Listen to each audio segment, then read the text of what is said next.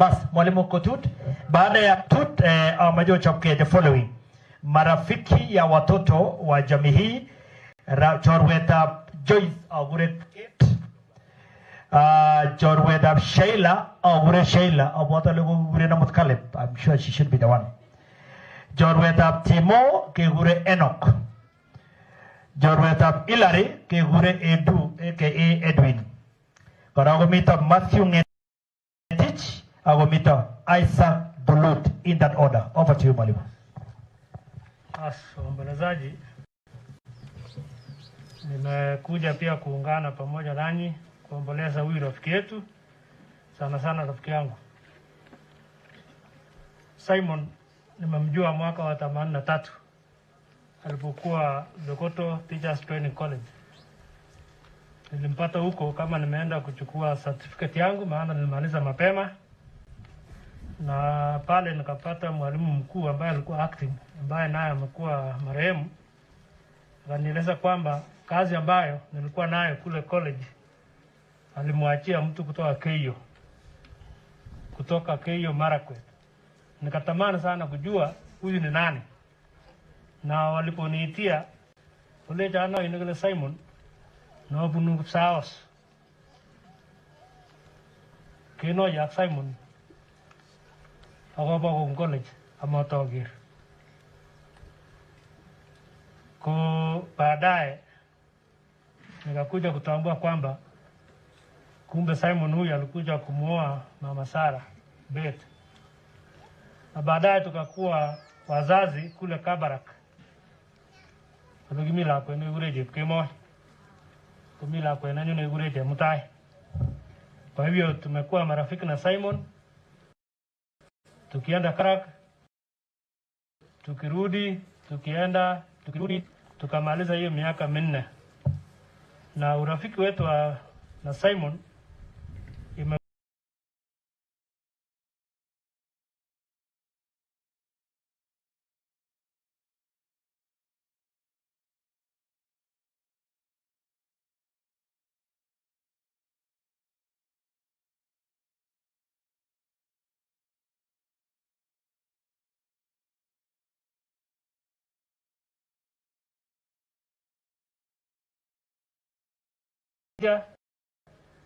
tulikuja hapa kama Simon wako mgonjwa, na pari tutakuja yote tumwe ona njuro no gap Simon chiboto amarazu gena gelo ne notinyenga, lakini tutakuwa pamoja nanyi kwa maombi na kila jambo ambalo litatokea kule mbele. Poleni sana watoto wa Simon Mutiamiso. Bas, karibu sana. Asante sana mwalimu. Bwana Kiptum tafadhali. Karibu sana former managing director wa Chemelil Bwana Aaron Trikong, karibu sana. Itagata ngai. Bas, karibu sana. Haya, tupokee pole kutoka kwa mama ila kaptandui. Kalau mucha missing ni kap Simon Saptakat scheme wanasema pole. Mito kap David Koech chebunu kap Keno. Kalau mucha missing ni kap Toge chebunu kap Tagat. Kalau mucha missing bara mi kap Simon Kipto chebunu Plateau wanasema pokea pole sawa. Asante. Bas, haya tunaenda sasa marafiki, na wale ambao nafikiri waliongea jana ilikuwa ni Kiingereza nini? Ilikuwa ni Kiingereza tupu. Bas, watu wa Kiingereza sasa mtakuja mtasaidia na Kiingereza. Sisi watu wa ground tusikie Kiingereza kidogo. Joyce Kate, alafu Sheila Caleb atakuja hapa. Karibu. Sheila Kate. Bwana asifiwe jamii ya Simon. Ateleli yenyu mabo English missing amugumi brown. So achorwetab Joyce kisomani school high school Kabarak, but by extension achorwetab this family amugige noye ak lagap kai. So kongete barin kokemwoe mutyo len konamak eutab tamirmiletab Jehova kochuchok amugile baba ak mama So poleni. Ingwe konyil aloti ngobietab chama nebo Joyce nekikuren Super Girls. Kokoyok akichek rambi. Mutyo, kongoi. Asante sana. Basi Sheila. I think very well, yeah, nafikiri Sheila, baada ya Sheila tutaenda Enoch. Where is Enoch? Tafadhali teremka Enoch, wherever you are. Baada ya Enoch, let me have Edwin in that order. Very good. Bwana asifiwe. Bwana asifiwe. Ningependa kusema pole kwa familia. The only thing ninaweza waambia, mpendane na kwa kila kitu mweke Mungu mbele, sababu Mungu atawasaidia kwa kila jambo. I know it's so painful to lose a parent, but naweza waambia Mungu awatie nguvu katika hiyo wakati mgumu. Asanteni. Asante sana Sheila. Enoch. Alafu baada ya Enoch, Edwin tafadhali. Are you there, Edwin? Okay. Thank you. So, kwanza kabisa naomba kuwasalimu katika jina la Bwana Yesu Kristo. Mjambo.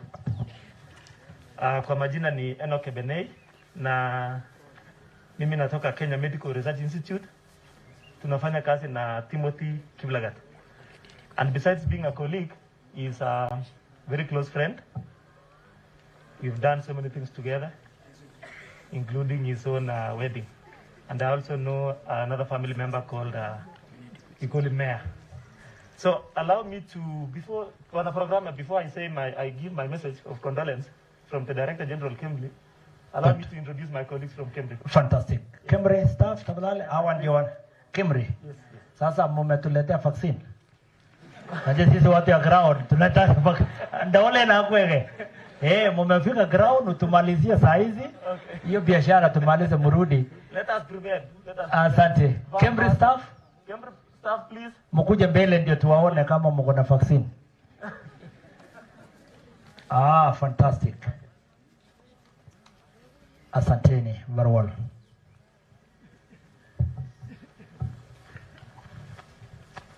Good. Thank you. So allow me to just give one pass. Fantastic. No worry. Yeah, it's okay. It's okay. But I'll just introduce the team. No problem. So we have Geoffrey Ngasura. Yes. Anafanya kazi pia na Timothy in one office.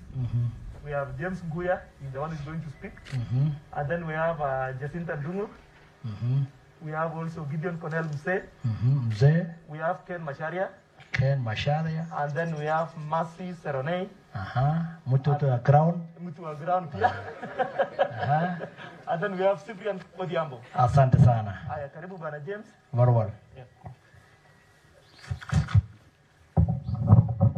Sisi ndio mmesikia tunaitwa watu wa kizungu mingi. Kabisa, Kiingereza tupu. Haya, na tunafanya pale Kenya Medical Research Institute in search of better health. So tumeajiriwa, mimi naitwa James Guya na nitatoa rabirabi zangu na pamoja na institute kwenye tunafanya. Tumeemployiwa siku moja na Timothy mwaka wa 2011. Na hii na feel ni pigo kubwa sana kwa Timothy.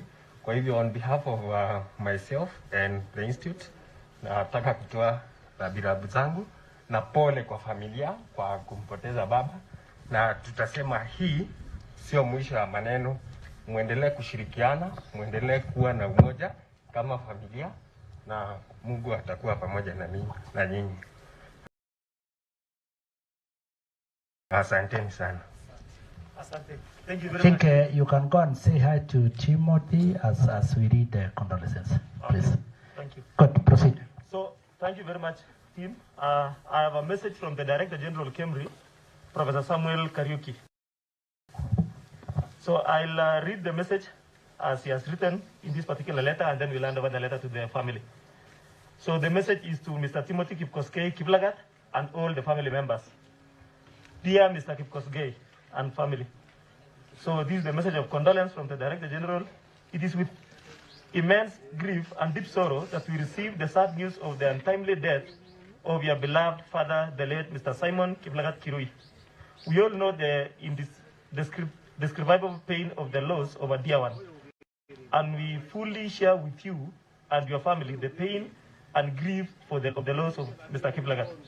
The cruel hand of death has robbed not only you and the family, but also the community of a caring person. At this time of grief, I, on my own behalf and on behalf of my family and all members of staff of the Kenya Medical Research Institute, I do convey our deepest sympathies to you, your family, relatives, and friends.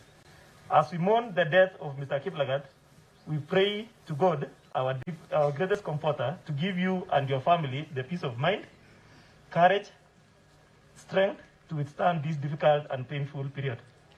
God is the greatest healer, and so long as we have faith in him, he will, through his endless grace and mercy, at his own time, heal all the wounds in your heart and always shower you and your family with ease.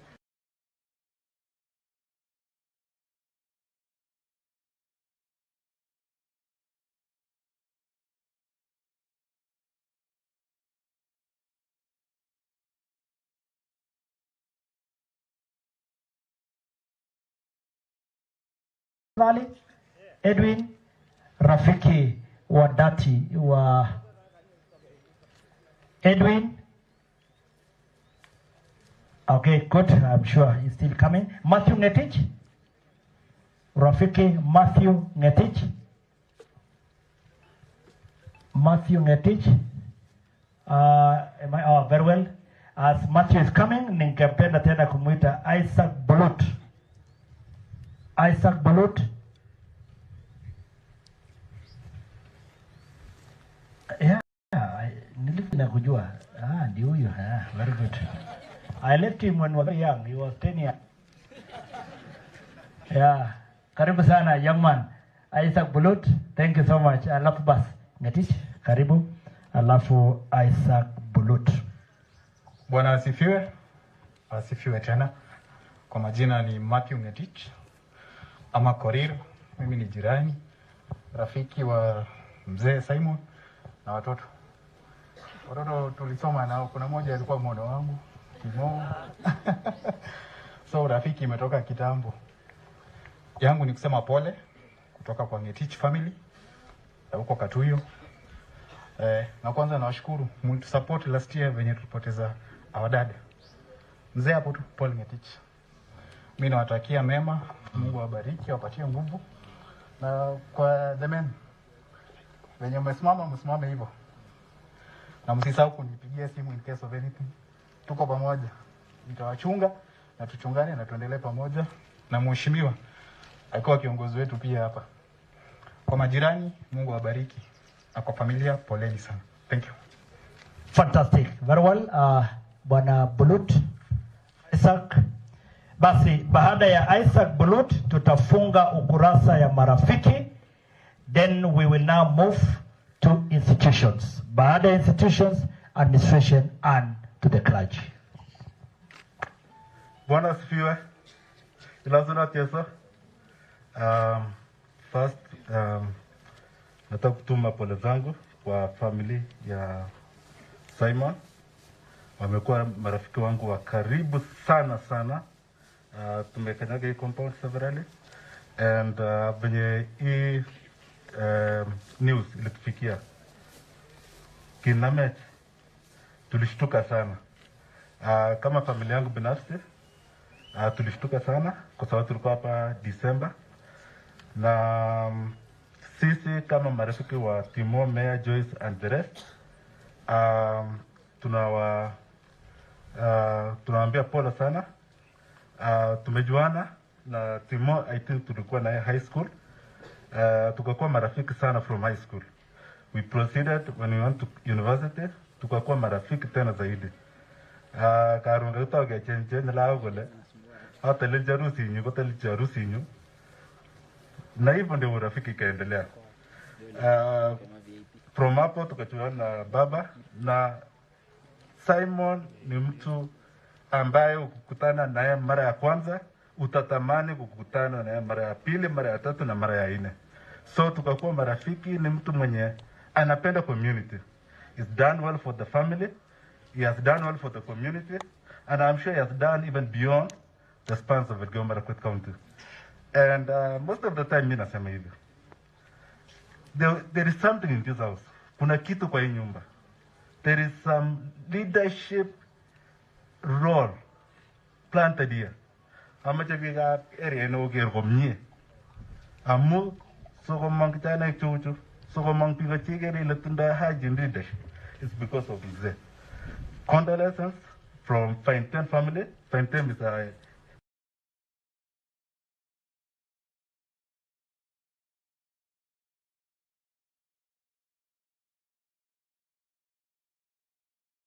social investment group, and to may come together with Timothy.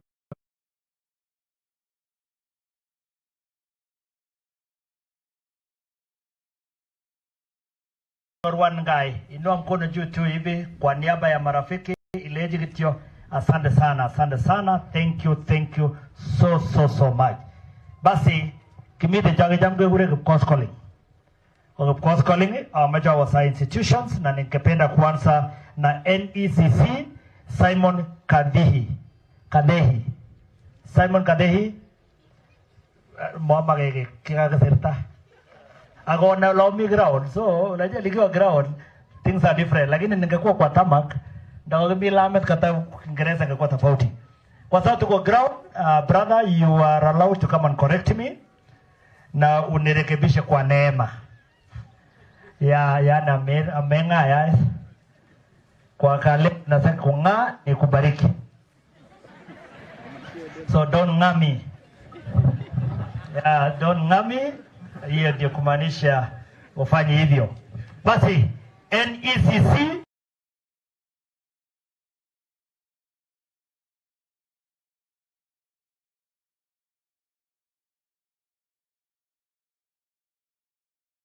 alafu baada ya hiyo nitamuwaita Fastnet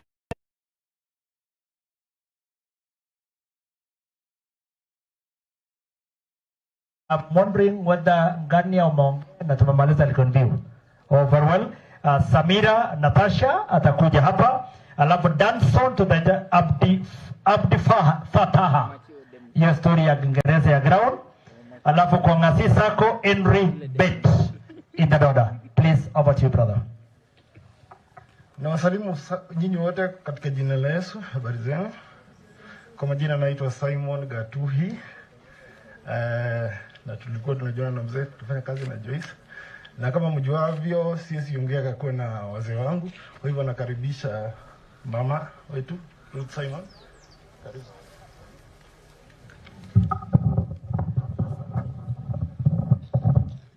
Kanisa na familia na marafiki wote wa familia hii ya baba wetu Simon, na wasalimu katika jina la Yesu. Hamjambo?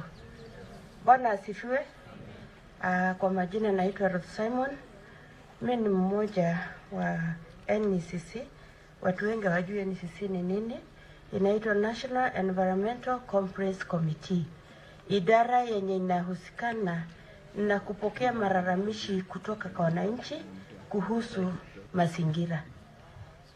Kwa hivyo ukiwa na shida yote ya mazingira, tafadhali utuone, na tuko hata na sub department ingine inaitwa litigation yenye itaweza kukuwakilisha kama hauna fedha zozote na uko na shida ya mazingira, mtu anakuharibia mazingira, tafadhali kuja kwetu, tutakusaidia. Bwana wetu asifiwe. Sasa hapa tumekuja kuomboleza pamoja na dada wetu Joyce. Tunafanya kazi na yeye na hata familia yake tunaijua, akina Timothy na wenzake, na pia hata mzee tunamjua.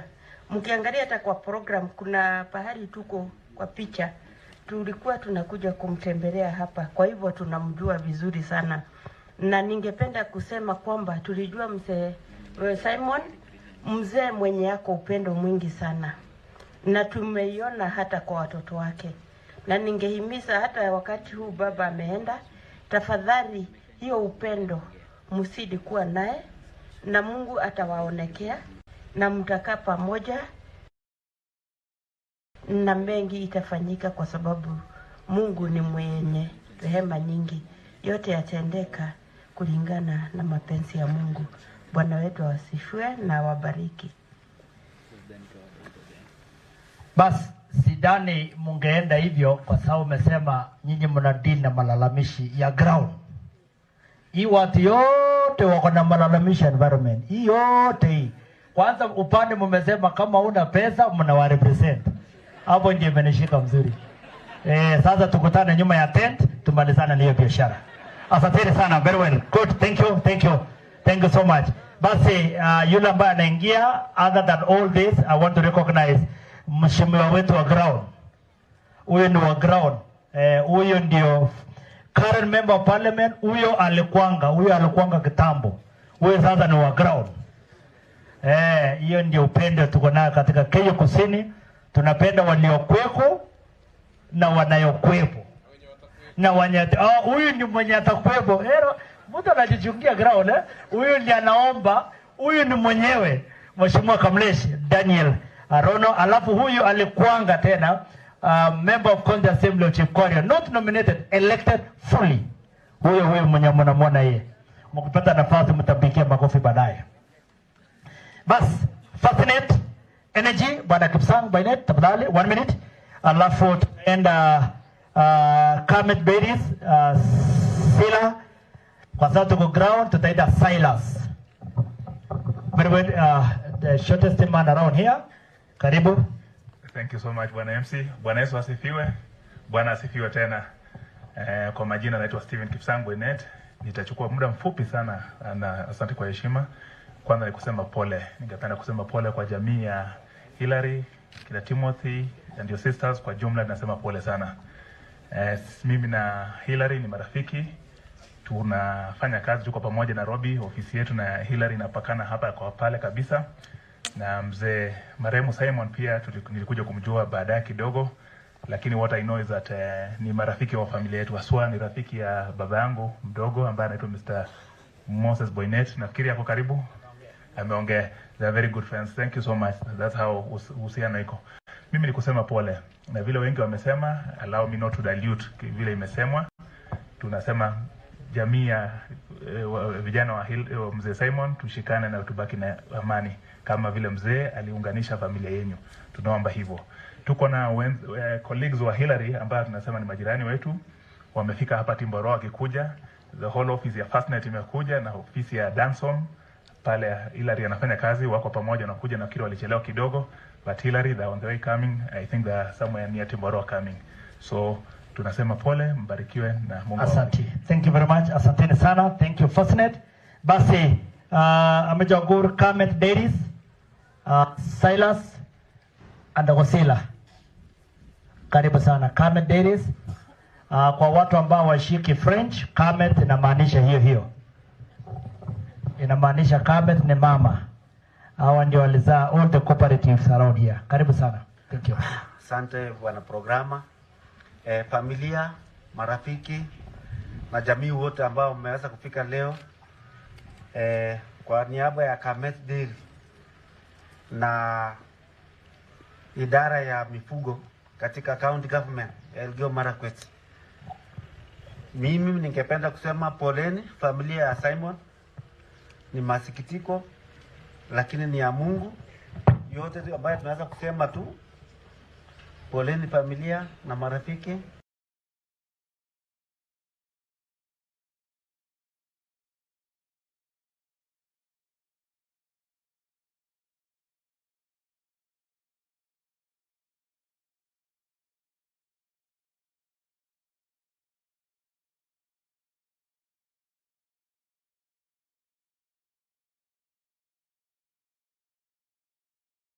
Nilikuwa nawakilisha county government kama director wa livestock. Na tuliweza kufanya mpaka kazi sasa, resources zimerudi Kabie Meat and Metk. Singependa kusema mengi, nasema tu pole kwa leo na Mungu aweke roho yake mahali pema peponi mpaka wakati tutakutana. Mimi kwa majina naitwa Lazarus Ruto, ndio nimewakilisha Silas ambaye mliweza kuongea naye jana. Asante sana. Samira, Natasha, Elcon Few,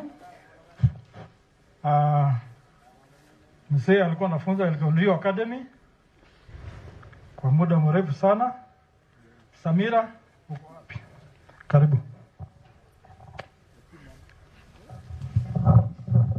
Samira akiongea. Abdi Fatah kutoka Johnson, ukwe karibu. Karibu. Amache akataktoka lalo mune akamwa mutyo kainenyu kekurana Samira Natasha Chebi hapo Noinapkoi hapa Ndanai. So mzee alikuwa Mr. Kiplagat alikuwa mwalimu wetu kule Elgon View. Elgon View, it was called Elgon View Academy secondary school. So I joined the school in Form 2 na nikakuta pia sisters wangu wawili walikuwa huko. Because of the love my dad had for Mr. Kiplagat, akatupeleka wote huko. He was very good teacher, very supportive. Ndio tumekuja hapa with my schoolmates and the teachers. So hapa kuna wanafunzi, alumni, na pia kuna mwalimu Mr. Kiplagat. I also want to recognize Mr. Bet. So Mr. Bet pia alikuwa mwalimu wetu, walifunza na Mr. Kiplagat and Mr. Ngania. So they are representing the teachers, wanasema pole sana kwa familia. Mnaona upendo wenye tuko naye, it's because Mr. Kiplagat was very good. We used to call him Seidu. So Seidu is a French word. I didn't do French, sijui maana yake. But he used to like to say Seidu, mpaka akaitwa hivyo. So one time I met Mr. Kiplagat kwa ile burial ya Bunei chief. Akanipatia namba ya Airtel. Nikamwambia I already saved as Mr. Simon. Akaniambia andika Seidu. So he was a very free person. So for Elgon View family, hao wote wanasema poleni sana kwa msiba. We are with you. We have been with you throughout. Hata juzi kwa fundraising Eldoret tulikuwa na nyinyi na tukaweza kutoa yenye tulichanga. I also want to appreciate one of our schoolmates, Achol. Achol alimetoka Sudan just for this function na alicontribute pia pesa ya juu during the fundraising. So I appreciate you so much. You see the love we had for Mr. Kiplagat. That's why tumekuja wengi hivi. Also Mr. Kiplagat alikuwa baza kwa shule yetu. And wakati una shida ya fees unamweleza anakuambia it's okay, just do the exams then we'll sort out later with the parent. So tuna appreciate sana. That's why we are here. We'll never forget Mr. Kiplagat. We want to say we are within prayers. Hillary na wenzako tuko na nyinyi wakati mgumu. Mwenyezi Mungu awapatie nguvu, awatie hekima ndio muweze ku run the family. Mr. Kiplagat, when my husband is the county commissioner wa hii region Elgeyo Marakwet, Dr. Omar. So alipopata transfer hapa, Mr. Kiplagat alikuwa akitutumia maziwa 10 liters and other farm produce. So we appreciate him a lot. He's always been mentoring us. That's why wengine wetu tunaendelea kuongeza masomo. It's because of Mr. Kiplagat. So nasema pole sana, Mungu awabariki. Asante sana Elgon View fraternity. Alafu kuna lost and found, kuna mtu amewacha kibeti. Tafadhali kibeti nyeusi ama handbag nyeusi. Kotkonengu kaigai inyoru kimining sokogoni. Abdi Fatah, kama umefika kutoka Danson, hama koliko wote wa Danson penye Hilary anafanya kazi, ni kama bado wako njiani. Tuende Kongasis Sako, Henry Bet. Kongasis Sako, Henry Bet.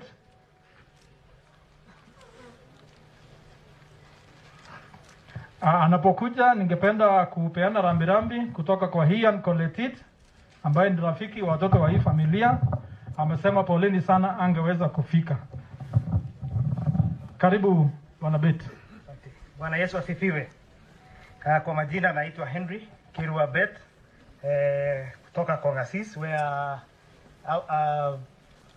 Hilary is our vice chairman. So kuna sako kidogo Nairobi tulianzisha ya watu kutoka Keio, Wasingishu na actually Keio, mainly Keio na Wasingishu, ambapo tulisema kama watu wa nyumbani tuweze kuegeza tupate sako ya nyumbani. So kwa niaba ya Kongasis nataka kusema pole kwa Hilary na Timothy. Pia kwa niaba ya familia yangu nataka kusema pole. Mzee alikuwa mtu wa karibu sana. Nakumbuka kuna siku when I had my wedding, he came and he gave us a gift and he came with the family. So I just want to say pole sana and Mungu awafariki. Asante. Haya, asante sana representative wa Kongasis Sacco. Gionet wanakucher, sijui kama umefika. Gionet, kama hujafika kuna Rift View. Faina Hibra, kama umefika. Karibu Rift View, upeane pole zako kwa niaba ya Rift View. Bwana Yesu asifiwe. Kwa majina naitwa Ibrahim Saina, rafiki wa Hilary wa karibu. Acha nichukue fursa hii wasalimu nyote katika jina la Yesu. Mjambo. Kwanza kabisa nichukue nafasi kutoa rambirambi zangu za familia yangu na marafiki zetu wa Rift View. Rift View is a limited company. I'm one of the directors. Nilikuja na rafiki yangu Jasuwe Cyrus. Tunakuwa na akina Hilary na wengine wenye wakupanda njiani wako Nairobi, wengine hawakuweza kufika. Waja niseme pole kwa familia kwa kupoteza baba. Mwan gibe siginde ako mwan gibe chi omiji nege jamdoi. Lakini ngaje tukul sai gelenin temenge nyise kata kule jito kul pakol lai but eventually gore nitani ebendi tukul sote ni wasafiri. Wanasema sisi wote vile tumekaa tunaitwa waremu watarajiwa. Kibage bendi so mbane bibsingut kogorum tengeneza tu njia yako kana watu. You see a very old man like this, alumni chigimi tugul sugur kana rana lagi mwalimu, because the muzee had a good heart. So kwa hii dunia hii chopchiore ngungule agisigu akobanda bibsingut kuraisi ne I think mwajungaji mtaniunga mkono rais bane ne ageba safari ya mbinguni rais sana. Weka tu imani, fanya mazuri duniani. Kwa rais bana bibsingut mama chevesa mama chene mtikitesa banda mwiroite agina mganet hii kanet kabisa amaje wajungaji. Bwana asifiwe sana. Kwa hiyo chobanda mu magorom ngaleju na sote tutaenda hicho bchingale gugi okoka semutai nderwe komakichenge gelase kokonoringas pasta gongo kongumesi kunyamda unizamukia ikitamwa injilisi manyaso unbota ngalegu tengeneza nje yako situngele kiba IC kiba reform kiba catholic kiba SDA simegarga ituertaga nikitungoru himugocheche kanisa himugoyane chi yamas korogi covid mitas yogilena sigelioji bilitab sipitali kebare gog bilit kole chita he kokonoringas. You get a challenges igoji big stress ako college of bani bisengo ni rahisi sana. Kwenda mbinguni ni vitu mbili. Toa roho yako, achia Mungu, fanya mazuri na ukae katika imani. Kabisa nikorum kaa katika imani ingeni ile one day nitaenda. Unaotaki Bwana asifiwe sana. Amecho atchenchenda agenga atikon lagokab mzee nikaguru. Mago misiki siginde nigonge kokwe kwenyewe ak Jehova. Sisi wote all these fellas here. All of us. Kugena megarisiek choge na bigibigisiek inyite gelda alage kebejige ungetu kwege ak Jehova negei. Bwana asifiwe sana. Ungetu agamuktainde mamiki yake ngemwowo hivi yote tutawaambia Mungu tu ndio wa maana hapa. Bwana asifiwe sana. Amege tenda na mitino wakala sunet namba tamanage namba sosomagenge ataje ingen akotane asinye mange ataje ingen mange nakotagina mjungaji unajua sitareta ngalen jenin sabanda nywebi kongalalun Jehova. Aya utareta isikokale mange nakine aya twende 1 2 3 sabanda nywebi kongalalun Jehova maje gona inende ngoti jame yangiman mwae ineguni iatyaji nengdenge kya istaun milengu ngagagonin gamunge tos migamene utye la kwenyine jujuni agongo mamagegi. Asante sana. Kale tienda tos migamene utye la kwenyi agonda mamagegi. For example, gira jasi jenda na kumetais ingen le kameta lakini ibwati chale ne kanyor chichoto kityo kole boitoi buye kai kamach kachamis maunoto ki kachame lakini mangalekab dunia ko mautyin ak kamuktaindet amu lagokchik mole nyara kokengetu acheke mami mama makomi baba baba nengwong ak mama nengwong ko Yesu Kristo. Bwana Yesu asifiwe. Onam kayanet akocho banda ngwong katu kama baba yako matunasikia kele kikwirta nekinye kwa Timothy urinini lari kikobetyi Nairobi ikya jangu zinengebe Nairobi ingebende likinye wabendi akote maestro mheshimiwa kelen ukikobetya cho sawa kibetya ngo MP nengwong sai urabakwa. Asanteni sana, Mungu awabariki. Kongoi, poleni sana kwa familia. Asante sana Saina. Aga kamakati tebe mese ne bakala jingyun. I think tutakuelekeza vizuri. Tuko na fine 10 Victor Kiblagat. Nyomwaita pole kwa niaba ya fine 10 Victor Kiblagat. Karibu. Tena Victor alikuwa chairman wetu wa coordination team ya Nairobi. Kongoi, karibu.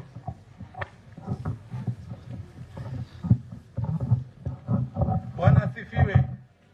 Bwana asifiwe tena. Chamge. So kabla sijasema chochote nataka niseme pole sana in family nivo Kiptek, my friend Timothy, Hilary, Joyce, all the siblings. Pole sana kutoka kwetu wote.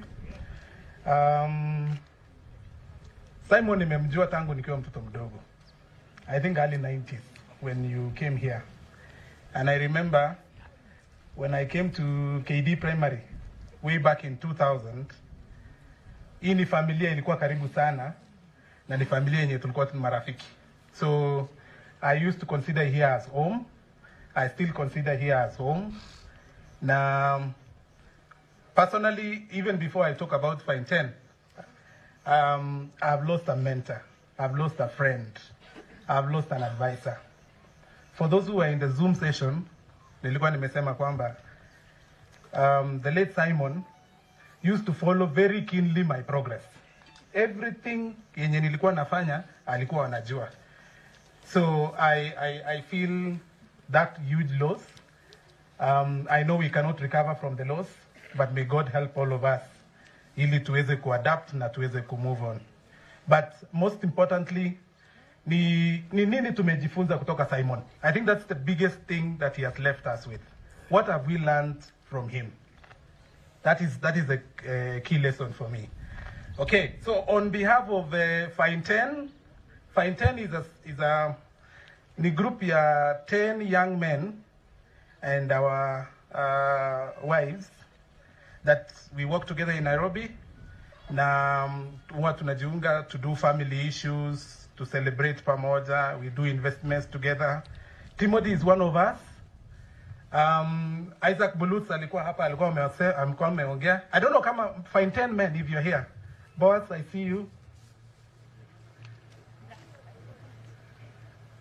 Nelson, yes. Sijui kama wengine hawajafika, lakini tunasema pole sana. Pole sana. Secondly, and last, I want to say pole on behalf of St. Patrick's High School Iten, the class of 2005. Timothy is one of us. Tulimaliza pamoja in St. Patrick's 2005 na wamenituma na pole zao. Na pia KD Primary School, the class of 2001. So kwa yote nasema tu pole, Mungu awafariji na wape nguvu to come to terms with this loss. Thank you. Asante sana Victor.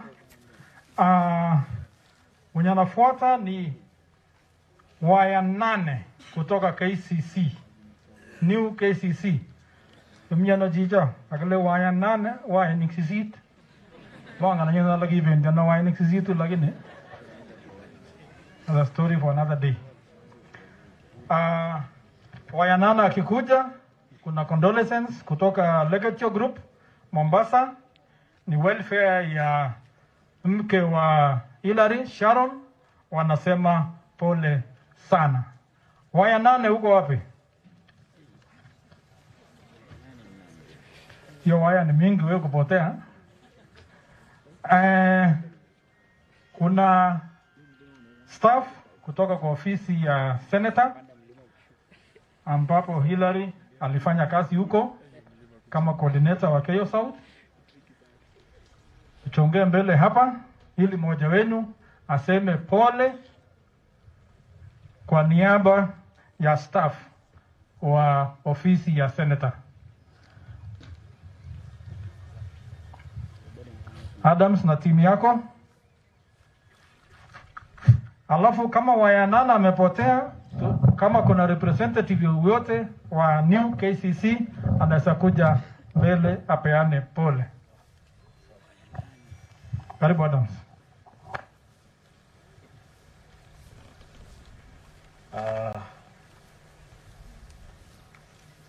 Familia ya marehemu Mzee Simon, kanisa, viongozi wote, Aporeriet. Bwana asifiwe. Tumsifu Yesu Kristo.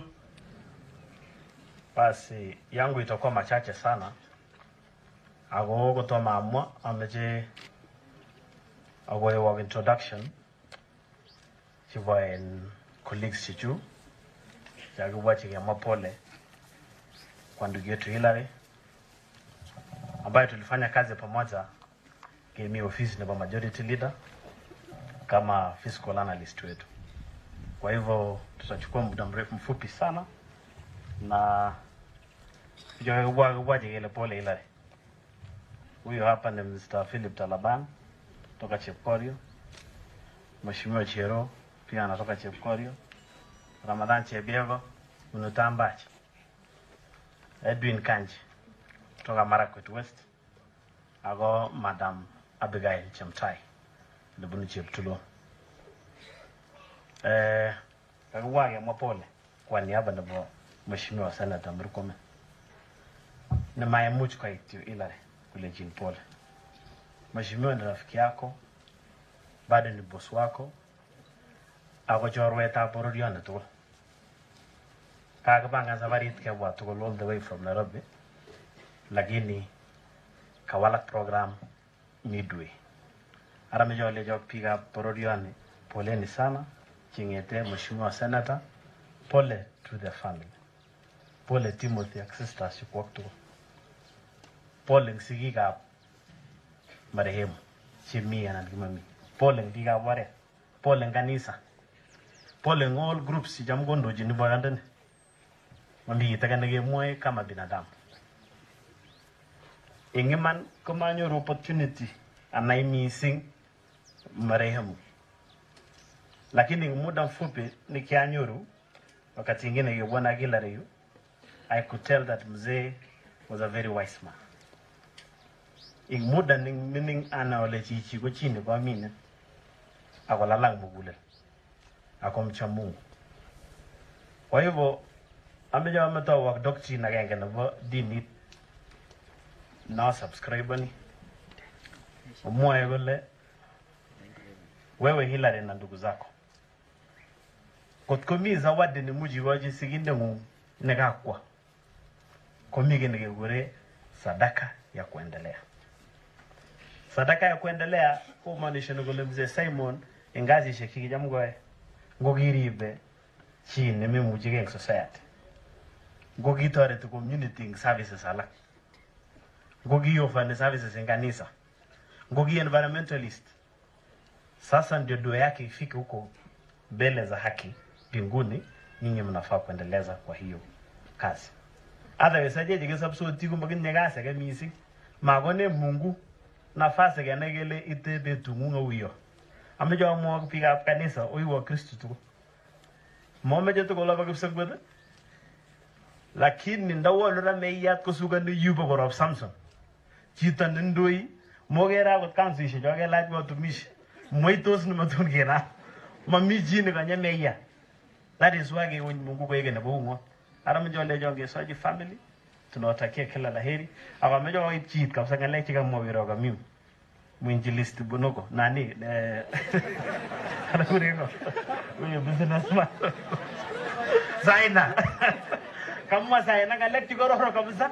Meja akot kutoka kanisa nukure Christ for I don't know, lakini kimi amehubiri kitu mzuri sana. Amejo mutilia maana ngaleja kama chicho. Kama ngaleke baima. Kijitugul juge in the next 2-3 hours we are gone. Mutegemee Mungu, mkae pamoja. Mother team Demon family ama mimi Simon. Nyinyi mkae farm na muendelee kukaa namna hiyo. Kwa hayo na mengine mengi amejo alejo kityo. Mheshimiwa amesema akipata nafasi lazima haji. Awaiga. Akingetilenga kwa mangalio kwa yeye. Kigimi kwa ito kung less than 1 year ago. So he is a man ni minene na atakuja. Amejo asoma pick up ka. Aliota genge. Amukikigona na Kipsanai Adams nafasi. In chairman wa UDA. Ango na kami ano program kaya bayo lakini ngawate. Kaso pick up ka. Ke improve ngalega registration kiba chama. Ngaandikishan ge togol. Amo chama inoto na baishe deputy president ako president na ba mut na ba Kenya. Ara tujiandikishe wote in full swing sikusit ke supporten chama ke supporten party leader. Sotare. Kangalal kulak betap kayo. Medyo somo kando ikyo somo ngajaren aswa jiba gavan. Otorete mochuri kainetap kayo. Kando ikyo somo nafasi na bagavan. Ndo jini mheshimiwa Kiptanui ni miyo. The whole community is waiting for you. Wari matun ko mega inan matun gelen amuke obomet kele mote bi ku yek chigibe ngajaren tukul. Amejo somo kale jo ongengalal Kipkutina. Chamait kujuba marweta ranjwala kata sing kororon maingeta ko chiningeta gavan. Lakini mutupanga. Na msipotupanga ke bongono kanyuna jeget na tuseme nando tuna support na tuendeleze kazi namna hiyo. Kwa hayo na mengine mengi Mungu na wabariki. Pole kwa family. Au pole njito. Ongoi Kipsanai. Ako Bwana Sana. Ako sema bonoko alisema mwinjilisti Songo. Mawakas kwa mnye. Kala mwinjilisti Songo. So usikuwa na wasiwasi. KD primary na secondary. Kama mko na representative. Kama kuna board member ama principal wa KD primary ama secondary, ukuje upeane pole kwa niaba ya hizo institutions. Ako yanyone kumi ngoliot nebo pole kobun Benjamin Jemoswa, head teacher Kapchorwe primary, Caroline Cheluget Keron Bunu Eldoret. Ako Wilson Boit, former MCA nebo Koroni. Karibu.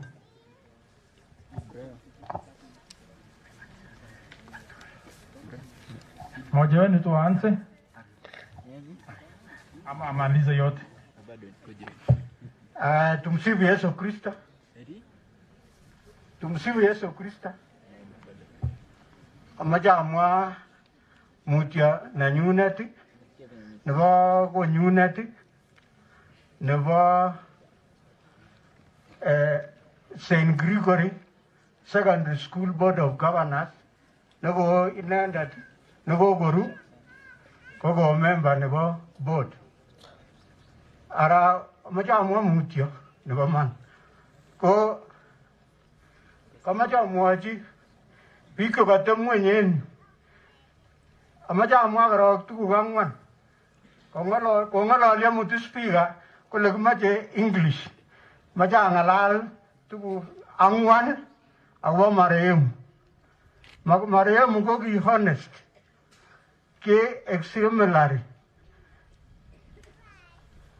And then he was visionary. And then the last maji polatet akutaka siasa ya kupingana na mtu. Ngangalal ngalegab exemplary. Kana ogeri theology konendet kokimi tokoto TTC. Sale exemplary ko kiwa training nebo primary school. Ane ako kiwa training nebo secondary school. Kora NDSC. Kuma ko inget chito nekikewe TTC inyo iran en secondary school. Ko ngokeren yon ole exemplary akot ko kitonon koribe Elgon View Secondary School 22 years. Kotononjin koker biik chebunu akoi Sudan. Ako kamoche amwa kit agenge. Ine komondochi rabisiek. Okwek chemi yu chekong'ololi akot speaker Kochei. Ko kimakomi 1970s kemi achek serikali nekibo Kenyatta. Ko kingomi Simon preparatory ko chokurera academies. Ko ki sukulit nekibo chumbek. Asikeba Elgon View ko kitononjin ki sukulit nekikiribe kora neki private. Ko kamoche amwa kit agenge. Biik chekikiboisiei tugul en ele kimi Kiptanwer mayan Elgon View. Lakini chito nekitononjin Elgon View ko kitam koibu sine tugun. Ko kiyai kasit tuan. Ako kiangen ale kitam kokonu rabisiek. Ko kona ole ki exemplary Kiplagat Simon amun kirib rabisiek for 22 years. Ki sukulit ko kibo Abraham Kiptanui o kitam koitu rabisiek chekakirat chamja. Lakini maanam ng'alekab rabisiek kirib akoi kotebi akoi tun konyo retire after 22 years. After working en Kaptagat for 4 years. Ko ki preparatory kora ole mi rabisiek. Ako kamoche okas kit agenge. Kingokonyo management konyo sukul. Kinyoketau tuan KD kanyon ane 1986. Ko kingoit Simon aleji matingi mula academy ngerib KD primary school. Ko KD primary school en biik chekingen ko kibo suswek sukulit. Kikokinde sine sukul korik kibo squatters. Ko kamoche ale ki exemplary maimu lakwenyin academy. Kikimite tuan KD ako kibo lagok kyik. Choice ko kibo Kabarak from KD. Kimo ko kibo St. Patrick. Tugul ko kibun KD primary. Ko he is an exemplary man. Amu macheng at academies kole asai kataune simple from the ground. Ko kamoche amwochi Kochei koker kong'ololien. Amache amwochi alechi ak bichon kabo 2000.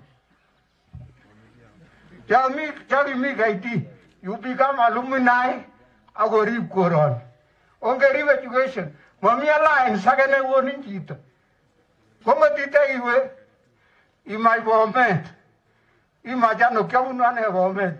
Kaka chito nekamwa kole Bomet ko kiu. Makimwoe ng'aleu chon amache alechi mutyo. Makichome chi kele keishokere ng'echerok. Arai abunu Bomet akemi ng'alek. Sasa amache alei mutyo kutitab lakwa. Arai kichomdosi ak iyo kitononi kila makirebenok. Arai ko kada. Ko kamache amwa kityo kit agenge. Amache ngot ko chokyong Kochei ko burial niep Simon ko exemplary. Tom keyai burial nebwone biik en diaspora. Ntakotobotos en ane Kochei kionetishe 34 years anete physics chemistry. Kiatau chekile smasi. Strengthen observe akochekeni the results. Biik chekabwa ichobunu diaspora. Kokanyolu konet biik sikokerto biik kole angomanda lagok koba iman. Menye kityo kwer kutit en yu ng'wani. Kokas ng'alek chebunu diaspora. We have learned a lot exemplary. Yekakibwan yu ongeib ng'olyo. Ako mamae Kochei ng'alalo. I'm senior, I'm one of the elders in Keiyo. So you keep quiet. Atare matabatos en yu ale. So don't add when I'm talking. So kakiker kele burial nebo Simon ko exemplary. Kakiker what is meant by diaspora. Biik chekakomanda lagok. Arai kosom biikab koroni ongisomesa lagok akomoche grupit non kakabwa chobunu institutions. Amache kosponsora lakwet last born nebo Simon kwa masters ako PhD. Fabio mdogo hii ya madogo. Kwa tono na gero. The last born ya Simon, Nino. Chango wan tukul liwa diaspora. Amai kwa masters because she can do it. And then ko tungele punu kwa Simon professor. Iki ya ukwani kaya hiki. Nki veruro. Thank you. Nyama ndogo lakini ya hiki. Asante sana. Kongoi mwalimu. Asante sana. Haya, representative wa KD, haya wacha hata yeye aseme pole, hakuna shida. Mmoja wa jirani. Tumsifu Yesu Kristo. Tumsifu tena. Kwa majina na Thomas Sialagas, tumekoka. Yesu ni Bwana. Hali ni mutaka iman. Kwa wote sempaba ngwangi. Kingala tijabetu na doi. Natale ni msuma kema ngaleki tenganyo. Amemo ajanga sama siya. Ibaga wonto abasa. Natale ni mutaka ika yakwa chep konga. Mamu iko ni nenda kwa Nairobi. Lakini mutaka. Asanteni. Na Mungu awabariki. Asante sana representative wa Chepkonga. Kongoi missing tumepokea pole zako. Haya mwalimu wa KD. Okay. Asanteni sana. Nafikiri tunaweza endelea. Haja jo report kutoka Mheshimiwa Konga. So, deruba nata ko Ruwan ba Simon. Asanteni sana. Okay, so Ruwan ba Simon tukul ba jaga takton gana tapje soal jamke. So, deruba nata ko kato nonong yu panyamba ya Kipkabos Downs Primary School. Mimi ni mwalimu wa Kipkabos Downs Primary School. Nasema pole kwa niaba ya jamii ya Kipkabos Downs Primary School, tukiwa na walimu wenzangu, wazazi pamoja na wanafunzi. Huyu ambaye ametuacha imekuwa ni pigo sana kwa sisi jamii ya Kipkabos Downs. Tumeweza kuwa na hii jamii tangu tuliposikia jambo hili karibu kimoja iliyopita tulipopata hiyo habari. Mama wa jamii hii ambaye alituacha kitambo kidogo alikuwa mmoja wetu. Kwa hivyo hawa wanafunzi, hawa watoto wa jamii hii vile sini amesema ni watoto wetu. Kwa hivyo tunajivunia vile amesema na tunajua ya kwamba ni watoto wazuri ambao tuna uhakika ya kwamba jamii itaweza kusimama vile wazazi walikuwa. They are good peoples. They are good ni watu wazuri, watu ambao wanatii kile ambacho wazazi walipanga. So hatuna doubt ya kwamba the direction of this family will be maintained. We are proud of these people. Otherwise sina mengi. Chenye nataka kusema tu ni kwamba your dreams will actually come true. Can you maintain your dreams? Tuna hakika ya kwamba you are going to achieve what God had planned, na hakika Mungu hata waacha. So kwa mengi ambayo tumekuwa tukisema, langu tu ni kusema tilia mkazo yale ambayo tulisema. Otherwise Mungu abariki sana. Muna Kongoi KD Primary. Asante sana. Kumaja gave part of administration. Ako sai ke taune Payapkog, Shorab Kirwagin, and then Natariota, Kokamita Ek, Mangan Gogawait.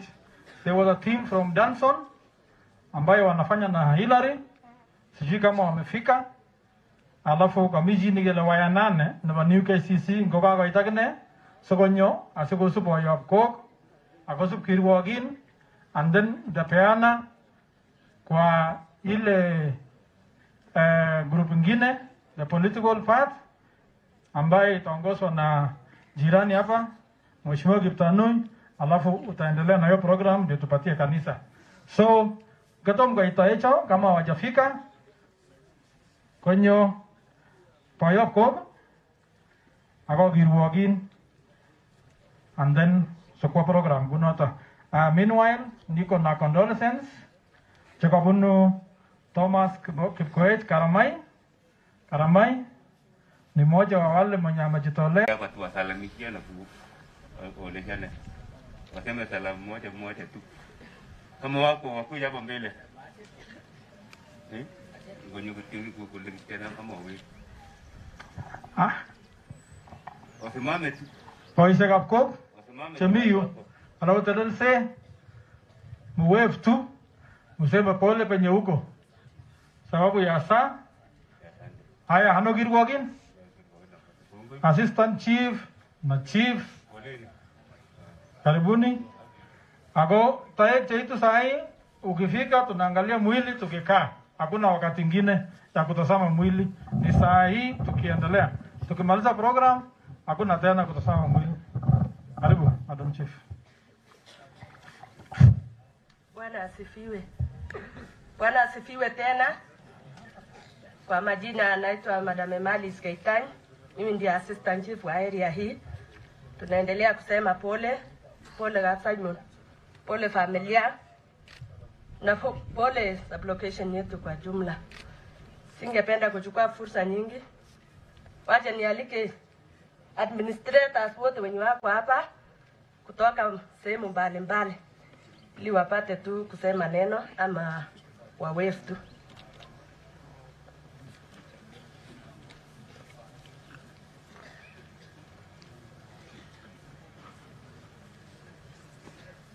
Magaganya gele chief ko wewe na magana movie tu yaro. So kabla sijaendelea, ningependa kuwasalimu yote katika jina la Yesu. Amjambo. Amjambo tena. Kwa majina anaitwa Madam Salome Kibet. Mimi ni assistant chief kutoka sehemu ya Tingwa sublocation. Ni ngambo hiyo tu. Baada tunaangalia ngambo hiyo ndio Tingwa sublocation. Niko hapa kutoa pole zangu binafsi pamoja na familia yangu, pia pamoja na sehemu ya Tingwa ambayo ninawakilisha.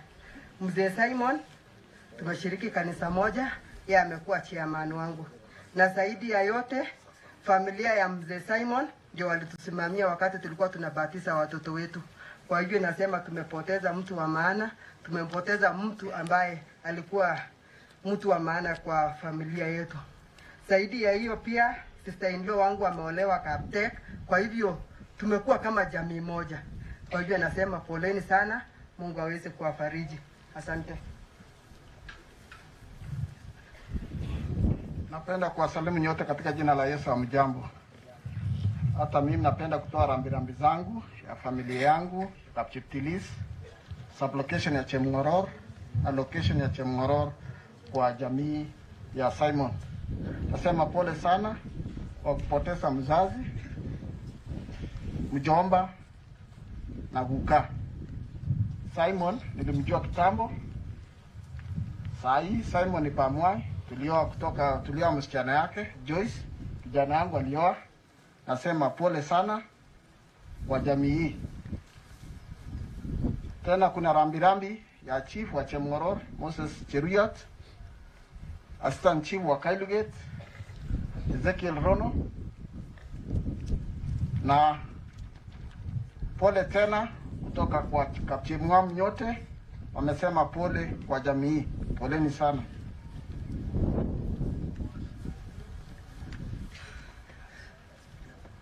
Waombolezaji wote, kwa majina mimi naitwa Moses Barmao, Senior Assistant Chief Tumeyo Sublocation. Nimesimama mbele yenu kusema pole yangu na ya familia na Kapcheboy kwa ujumla, wale wamenituma niseme pole. Pia natoa pole za Tumeyo Sublocation wakaji wote wale ambaye hawajafika hapa. Kusema kweli wengi wamenena, asingependa kurudia, manake Simeon amekuwa rafiki, amekuwa mkulima bora, mwema, na ni rafiki wa kila mtu. Ulikuwa ukimpata anakukaribisha, mambo ya maendeleo anakuambia. Yeye alikuwa hana maneno mengi. Nchegemwa mutyo. Sababu hiyo familia na marafiki na majirani tujipe moyo wakati huu mgumu wa msiba. Napenda pia kutoa pole za machifu wenzetu ambaye hawajafika, Chief Cheboy sababu tulikuwa kule ofisini na wale assistant chief wengine wawili ambao hawajafika wamesema kama tutatangulia tuseme pole kwa niaba yao, na nadhani baada watakuja. Kwa hivyo Mungu awabariki na awafariji wakati huu mgumu. Asanteni sana. Labda kabla chief hajaenda, piga tumeyotogoli kuongen Chief Barmao, tumejulisha kwamba ako na mziba kule kwao nyumbani kwa kusoma gila murai ni kumuchango michini ko sirta nebo chief ako muchango kora kusoma gila mugimi yotogole kungo gitinye gene ge maji torete family no bo chief kwa kusoma gile sinyoru chief baadaye Chief Barmao so nyoru nyo chito nebo nego togero la katobe ni mchango, lakini kwa sababu mko hapa so torete Chief Barmao ambaye amepatwa na msiba. Kongwe. Bas waombolezaji wote, kwa majina naitwa Stephen Tarus, Assistant Chief Kimenda, that is in Nandi County. O kakibwa kengete Nandi County, Simon ko jamii na nyo. Ko makitinye ngale, kakibwa kichekele pole, nimekuja na familia. Nafikiri wako tu wasimame tu wave kutoka Nandi County. Watu ya Nandi County. Nafikiri wako pale. Asante. Ugele jini lao kwa Simon, poleni sana. Asante. Pole. Bas. Kongoi. Message of condolences. Moe Kibet Kibor, wakili ambaye tunafikia Hillary na hii nyumba amesema pole sana. Mita pole chiba Jeremy Mengich Nagale iso manigedi primary Mita Nuno Thomas Mokoros alumni wote wa KD primary ako former women rep Dr. Susan Chebet wote wanasema pole. Kuna colleagues wa Chibot Timo Ambrose Ashir from Kemri na Richard Omore from Kemri wanasema pole sana. Kuna mwingine Chen Ruto Wagaf City na classmate na marehemu Kalemutia missing. Asante sana. Basi tuko na rambirambi vile vile kutoka Speaker 002. Mheshimiwa Speaker Sabulei ametuma pole. Alafu tuko na mrefu Senator mrefu vile vile ametuma rambirambi.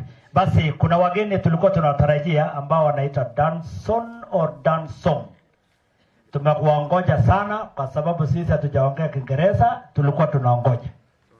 Sasa mlete hiyo Kiingereza yenu yote. Morole mia kumiblel magata.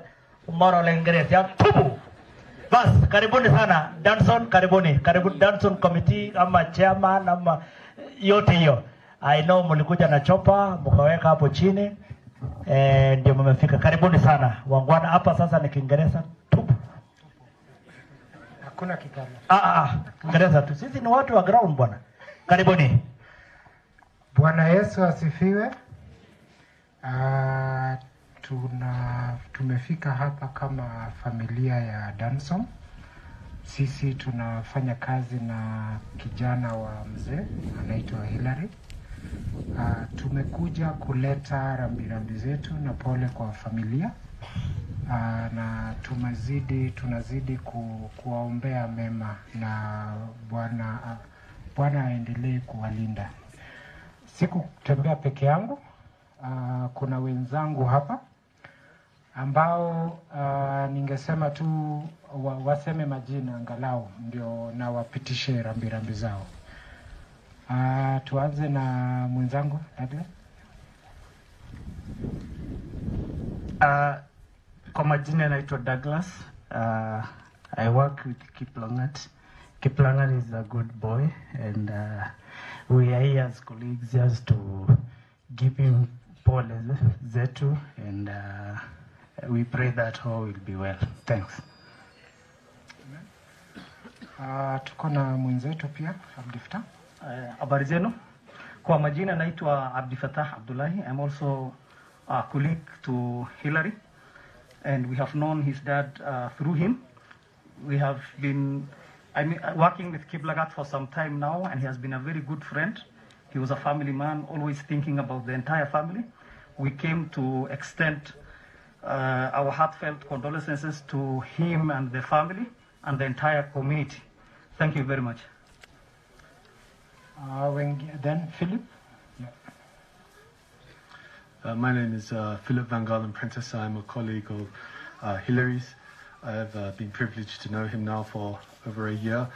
And while I did not have the opportunity to meet his father, I think Kiplagat is a tribute to him as a man, as a colleague, and our thoughts and prayers are with you and your family here.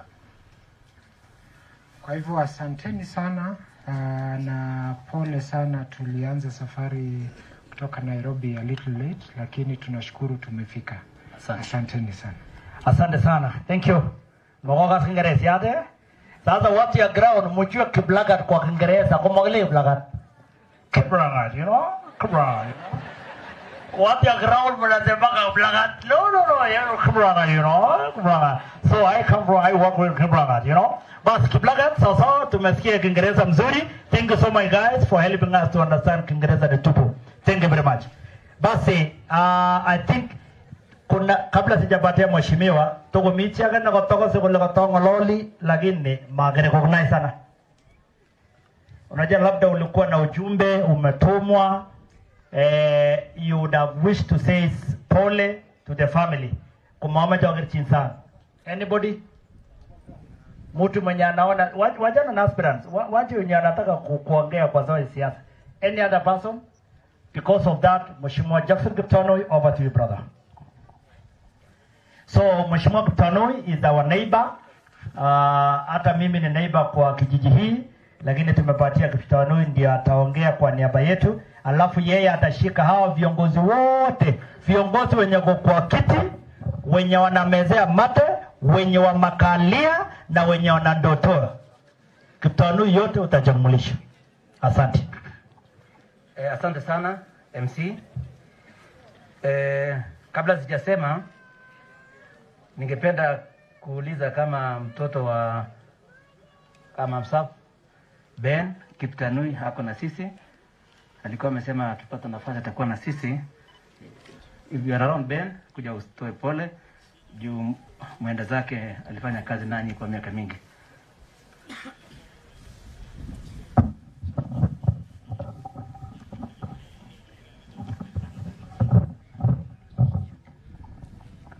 Na salimu nyinyi wote kwa jina la Yesu Kristo. Hamjambo. Kwa majina naitwa Ben Kiptanui. Sisi ni Kibokap Mamsap. Tunataka tuseme kutoka familia hii wote, tunataka sema pole kwa familia ya Simon. Simon amekuwa kama ndugu kwetu. Tulifanya kazi na yeye kwa muda mrefu sana na alifanya na mama na mzee kwa Eldoret Elgon View Academy kwa muda zaidi ya miaka 20, na tulifanya kazi pamoja na alitusaidia zaidi ya kwa shule, alitusaidia maneno ya nyumbani, alitusaidia kwa maneno ya Dilia, so kimoja kama mutio. Mama mwenyewe hakuweza kuja, bado hajitembei sana, lakini alinituma niseme pole kwa familia na kwa ninyi nyote majirani na shemeji na relatives wote. Tungependa kusema kwetu Simon alikuwa mtu mwenye tulijua sana, tulipenda sana, tukaja kumtegemea kwa vitu mingi. Ni mzee mwenye alikuwa reliable, mzee mwenye alikuwa mwaminifu, na ni mzee mwenye tungefaa tumwige mfano yake. So yetu ilikuwa kusema pole sana kwa familia mzima, na kusema tuko na pamoja nanyi na tutazidi kuwasiliana. Asanteni sana, poleni. Kongwe Ben, asante sana. Kabla sijaita waheshimiwa ambao watanena, ningependa kuita kama kuna mtu anaomba kiti. Ukisoma gajara wa MCA, na gavana, na senate. Kuja kuseme jina. Ukisoma mimi, inyoyo, imaja gajara. Naona tuloni. Kama unaomba kiti, ukuje tuseme jina hapa. Siku ya kuomba kura, tutakutana uwanjani. Karibu mheshimiwa. Hata ya women rep kama kuna mtu akuje. Bwana asifiwe. Mkutano umeharibu sana. Okay, kwa majina naitwa Architect Shedrack Tulon. Simon nilimjua zamani sana nikiwa kijana mdogo. Nakumbuka Simon akiwa teenager na alitahiri kwetu na ndugu yangu mkubwa. Hapo ndio nilianza kujua Simon, na wakati nilikuwa nikagrow, tukakutana na Kiptanui, nikaenda university. So nilikuwa naenda attachment. Simon ndio alinisaidia. Tukakaa na yeye hapo Eldoret, Elgon View. Akani-host wakati nilikuwa attachment. Tukajuana. Alafu in the process sister yangu akaolewa kwa hiyo jamii Kapchebror, sorry. So tukakuwa familia. So nataka nitoe pole zangu binafsi na ya familia yetu ya Kaptulon pamoja na ndugu yangu ambaye ni bakula ya Simon. Poleni sana kwa watoto, kwa Timothy, Hillary na wasichana wote. Sema poleni sana. Inakwanga mchungu ukipoteza mtu. Sisi hatuwezi feel kama vile mna feel, lakini tunawatakia mema, tunawatakia nguvu ya Mungu na mtaendelea na network ya baba. Tulifanya kazi mingi sana na Simon ya jamii, ya kutafuta kazi. Tulikuwa tunasaidiana mara mingi. Ukimpikia katika shida ya, nimeona hapa ameandika alichangia sana kwa mambo ya school fees. Ni kweli, mara mingi nikimpigia simu anasema Tulon tufanye nini, waja nikutumie hii, Tulon unaenda Nairobi, kuna huyu mtu fulani, enda tafuta, atakusaidia. So alikuwa mtu ya roho safi kwa jamii na alitusaidia sana. So we are really going to miss him. And we pray for the children that I want to say that mtegemee Mungu na muendelee na hiyo network. Hiyo network ya baba ndio imetuleta hapa siku ya leo. So tumefanya mambo mingi, hata nyumba yake nimemchorea na hata hiyo nyumba nimekaa siku moja nimelala. So mambo ya uongozi vile Kiptanui ametaja, nataka nitache moja tu. I want to wish Kiptanui well as he tries, as he pursues to get governor. Adams amesema mambo kadhaa ya kwamba inatakikana muzikizane. Na hata mimi naombea sana. Kama wewe rafiki yangu, IG ni rafiki yangu. So tungefurahia kama mngesikizana na wengine, so that it's not difficult for us to make a choice. Lakini nawaambia kitu moja, 208 tulisimama watu 10 na Kiptanui na wengine tukitafuta kiti ya MP. Lakini haikushinda Wakenya kuamua ni Kiptanui. Waliamua ni Kiptanui. Kulenge vitu accelerate yo. Ile Tulon give vitu accelerate yo. Kamlesh give vitu accelerate yo. So 2017 kwa accelerate yo mpaka Kamlesh. Tunatakia mwema. Na nikisimama hapa amyo acheje accelerate yo ni hapo hata lipite 2022. So kuna hapo accelerate yo. Naomba kwa sasa maombi tu, nataka maombi yenu, and your favor, the favor of God and the favor of the people. Otherwise tutaongea mingi. Mungu awabariki. Thank you. Asante sana. Nafikiri hakuna aspirant mwingine. Nataka nitoe pole kutoka deputy governor wetu Mheshimiwa Wesley amesema pole sana. Nataka niite Mheshimiwa Elisha, Mheshimiwa Philip. I said aspirants, sasa kama mlinyamaza nitangojea. Please, ongea pale. Familia nebo Simon, my friend Hilary, Big Tugul, kaina tukiguruna Chris Muktain. Mimi mtu wa jirani hapa. Lakini ninafanyanga ukulima hapa chini. Ami Cherunguyo. Sababu jine wa Hilary in Elisha. Aliniga kwa manangyo. So mimi ni mwenyeji. Laini kaya tolu gongan kiga sa tolu. Ane ka ko kam ngutu. Ai sania ga nyino ngai nap koy.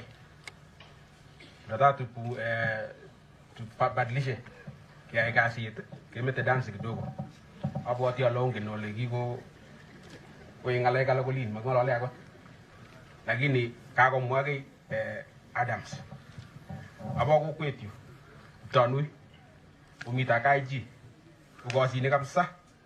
Magameche ache ngin kaidap ko lin wasingi shuge beti kichuro ngin kiyi obita kiche kang yura. Tigel kiyi jugil yai. Ke ba kan ke raundi. Semagi ku biki gorore che. Ku bika ba inap ko chemiyu. Kumogorota Muktaini. Bongoi. Kenyino nitakuja kutembea na nyinyi, kuongea na nyinyi, piga tingo che bikurkat yu abote na nimeona wengi wenu mnye mko hapa. Hilary kochorwa na nyu. Pamje kuchamwa boy ne bwana Simon. Kikituitosi mara ya kwanza 2016 kwa sherehe ya mamenyi angin Pendwo Eric. Sijui remember. Na tukaongea tukajuana. Nikakuja kumkuta tena I think 3 times. Akana walijita maendeleo. Ikidege tuyeke ngalangale kichange ngalale kaptuga nang rani kumamje tata sichanga ambuka ko karata. Tutazidi kuwa na nyinyi. Familia Hilary ake Timothy piga bendo. Oetu. Ko Muktaini bo mjo ko Muktaga inap ko muji mkurata mune. Simutaweza. So abote wale kama vijana rika yangu ungeribe me agedoji. Huyo gidoji dimze. Kwa hiyo moyote Mungu awabariki na afariji. Asante sana. Familia the late Simon, Timothy, Joyce, Hilary, Sheila, Mercy na Charity ambayo umepewa jina professor. Members of parliament present, former members of parliament, the MCA, the clergy, na ombolezaji wote. Hamjambo? Ongea katke? Hamjambo? Bas, kwa majina naitwa Nicholas Kiplagat ambaye pia ni jirani. Nataka nisema mambo mawili. Tupata kujua Simon tulipokuja hapa Kapkalan. Kowinda kiu Kapkalan. Kovichi kitaja jatai. Ukap Simon. In the year 2000. At that time, ukimgetia chego. Fiji kigone chego, ukap Simon. Kigone Jumamos. Jumamos nerubei koiteta. Nenyo. Ako iraini kotonge kwa tanjego. So nasema ile baraka tulipata kama Kapalfayo Kapchemirmire kwa kibunu kap Simon. Later on nikajiunga na shule ya KD. Tukakutana na watoto wa Simon. Timothy was 3 years ahead of me. Joyce was a class ahead of me. And then Hilary was 1 class behind me. Mzee continued to mentor us. Baadaye Timothy akaenda St. Patrick's, Joyce went to Kabarak, I went to Kamusinga, and Mayor went to Boma. Tukaendelea hivyo. During holidays, mzee akawa anatumenta. Tunashare the revision papers. So to cut the long story short, I want to say, mzee alipenda masomo. Aulaka mwaba darabro kogitoi mzee KD. Hivi sasa KD, I'm aware, is in the process kukua boarding school. Asante. Naomba kitu moja, ikijengwa boarding school, one of the dormitories iitwe Simon Kiptek dormitory. Ama unasemaje? Jambo la pili ni kuomba watoto wa Simon. Simon kokichame tuga. Ara teret na wajango telele Simon nyo. Timo iendelee kukua hivyo. Tuchungie mzee jina na heshima yake. Nebalet ko lawa kaze ko kainenyu ko Nicholas. Ko kingalala mzee eng kenyitab 2019.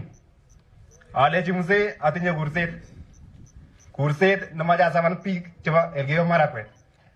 Kolejo in which capacity? Alechi sitinye kemwa. Unfortunately, kumatanyoru that time kunyamwachi mzee. Lakini kit nikimwowo kolejo ae kazi ak mheshimiwa Kiptanui ambaye yuko hapa. Sasa ile kitu naomba mheshimiwa, tutafanya kazi pamoja. Hata nikiomba kiti changu nitakuunga mkono. Nitakuwa foot soldier wako 001. Ara njotake ngamwa legaina hicho kwa Nicholas Kiplagate aka Tukatai. Kongoi. Asante sana. Mheshimiwa, asante sana Mheshimiwa Elisha, Mheshimiwa Philip, na kama kuna MCA kutoka pande nyingine wakuje pande hii, kanisa karibu washike ushukani. Our MCAs. Haya, asante sana Mheshimiwa Kiptanui. Kuna rambirambi kutoka Silas Keter, Chepter ambaye ni classmate wa Joyce. Niji Nigele Helias saa 6, yeye ni workmate. Alafu kuna my brother anaitwa Samson Kiptum, na mimi Australia. Hata amesema pole. Mi Chepchoi nebo Metkei Sako amesema pole sana. Tekla Chero alumni KD amesema pole sana. So, endelea.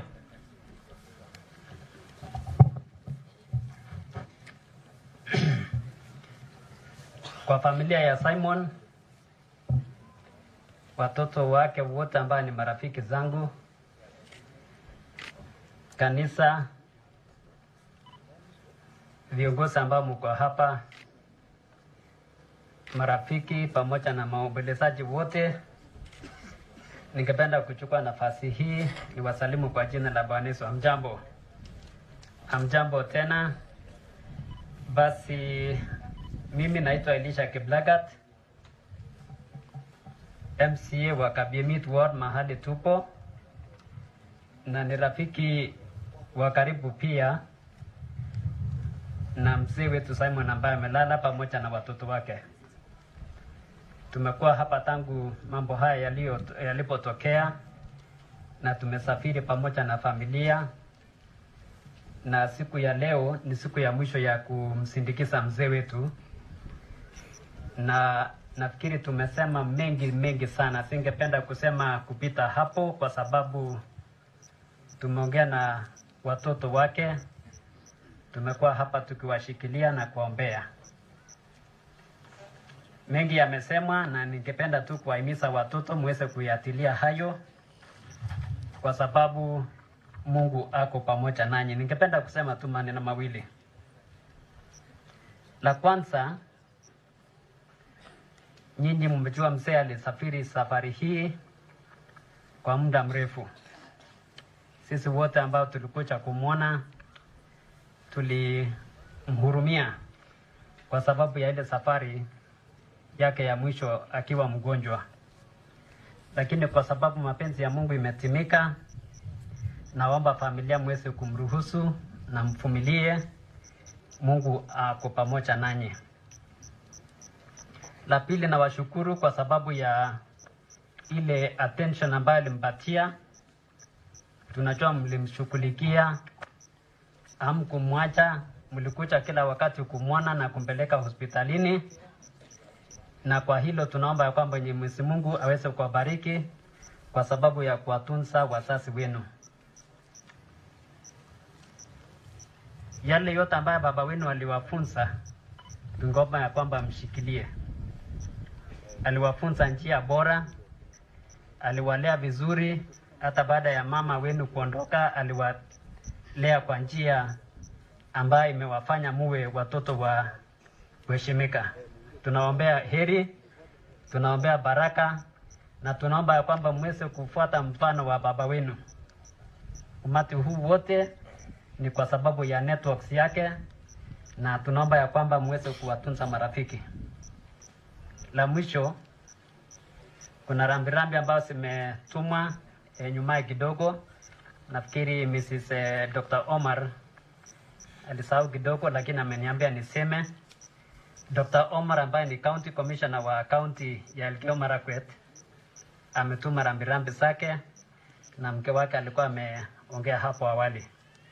Mwisho kabisa, kwa sababu viongozi wetu tuko hapa kiongoza na ofisi ya seneta, mheshimiwa mbunge na mheshimiwa Kiptanui jirani pamoja na sisi MCS wawili, amacha somchi agesa tugul, amacha yekibendi kiwektagei kesochi family ni anaityo Kipsanai representative nebo ofisitab senator ibwech somet nebo kokwoni nebo urwoni nebo Simon betutab ra kele ndosikchinin kesomchi lakwet agenge nebo gai, sana sana asome kainet Sheila ne inendet ko mising nikomito kwaninyi yekongomito Simon, yekongomito Timo ak lagok chetase inendet kosetei ko inendet nikoribei kwaninyi.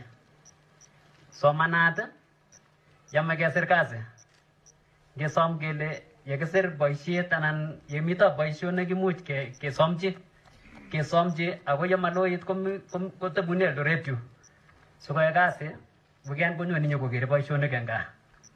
Ungesomchi kasi Sheila, sisi wote tumwombee dua na ninaamini ya kwamba tukiweka bidii yetu yote, ofisitab seneta, mbunge, Kiptanui ak achek, Mungu atasikia maombi yetu na atampatia kazi Sheila. Kongoi missing, poleni familia, Mungu awabariki. Asante sana Mheshimiwa Elisha, Mheshimiwa Philip. Kanisa bado tuko na watu watatu peke yao. Asante. Familia ni Bakab Simon, kanisa, sisi sote waombolezaji.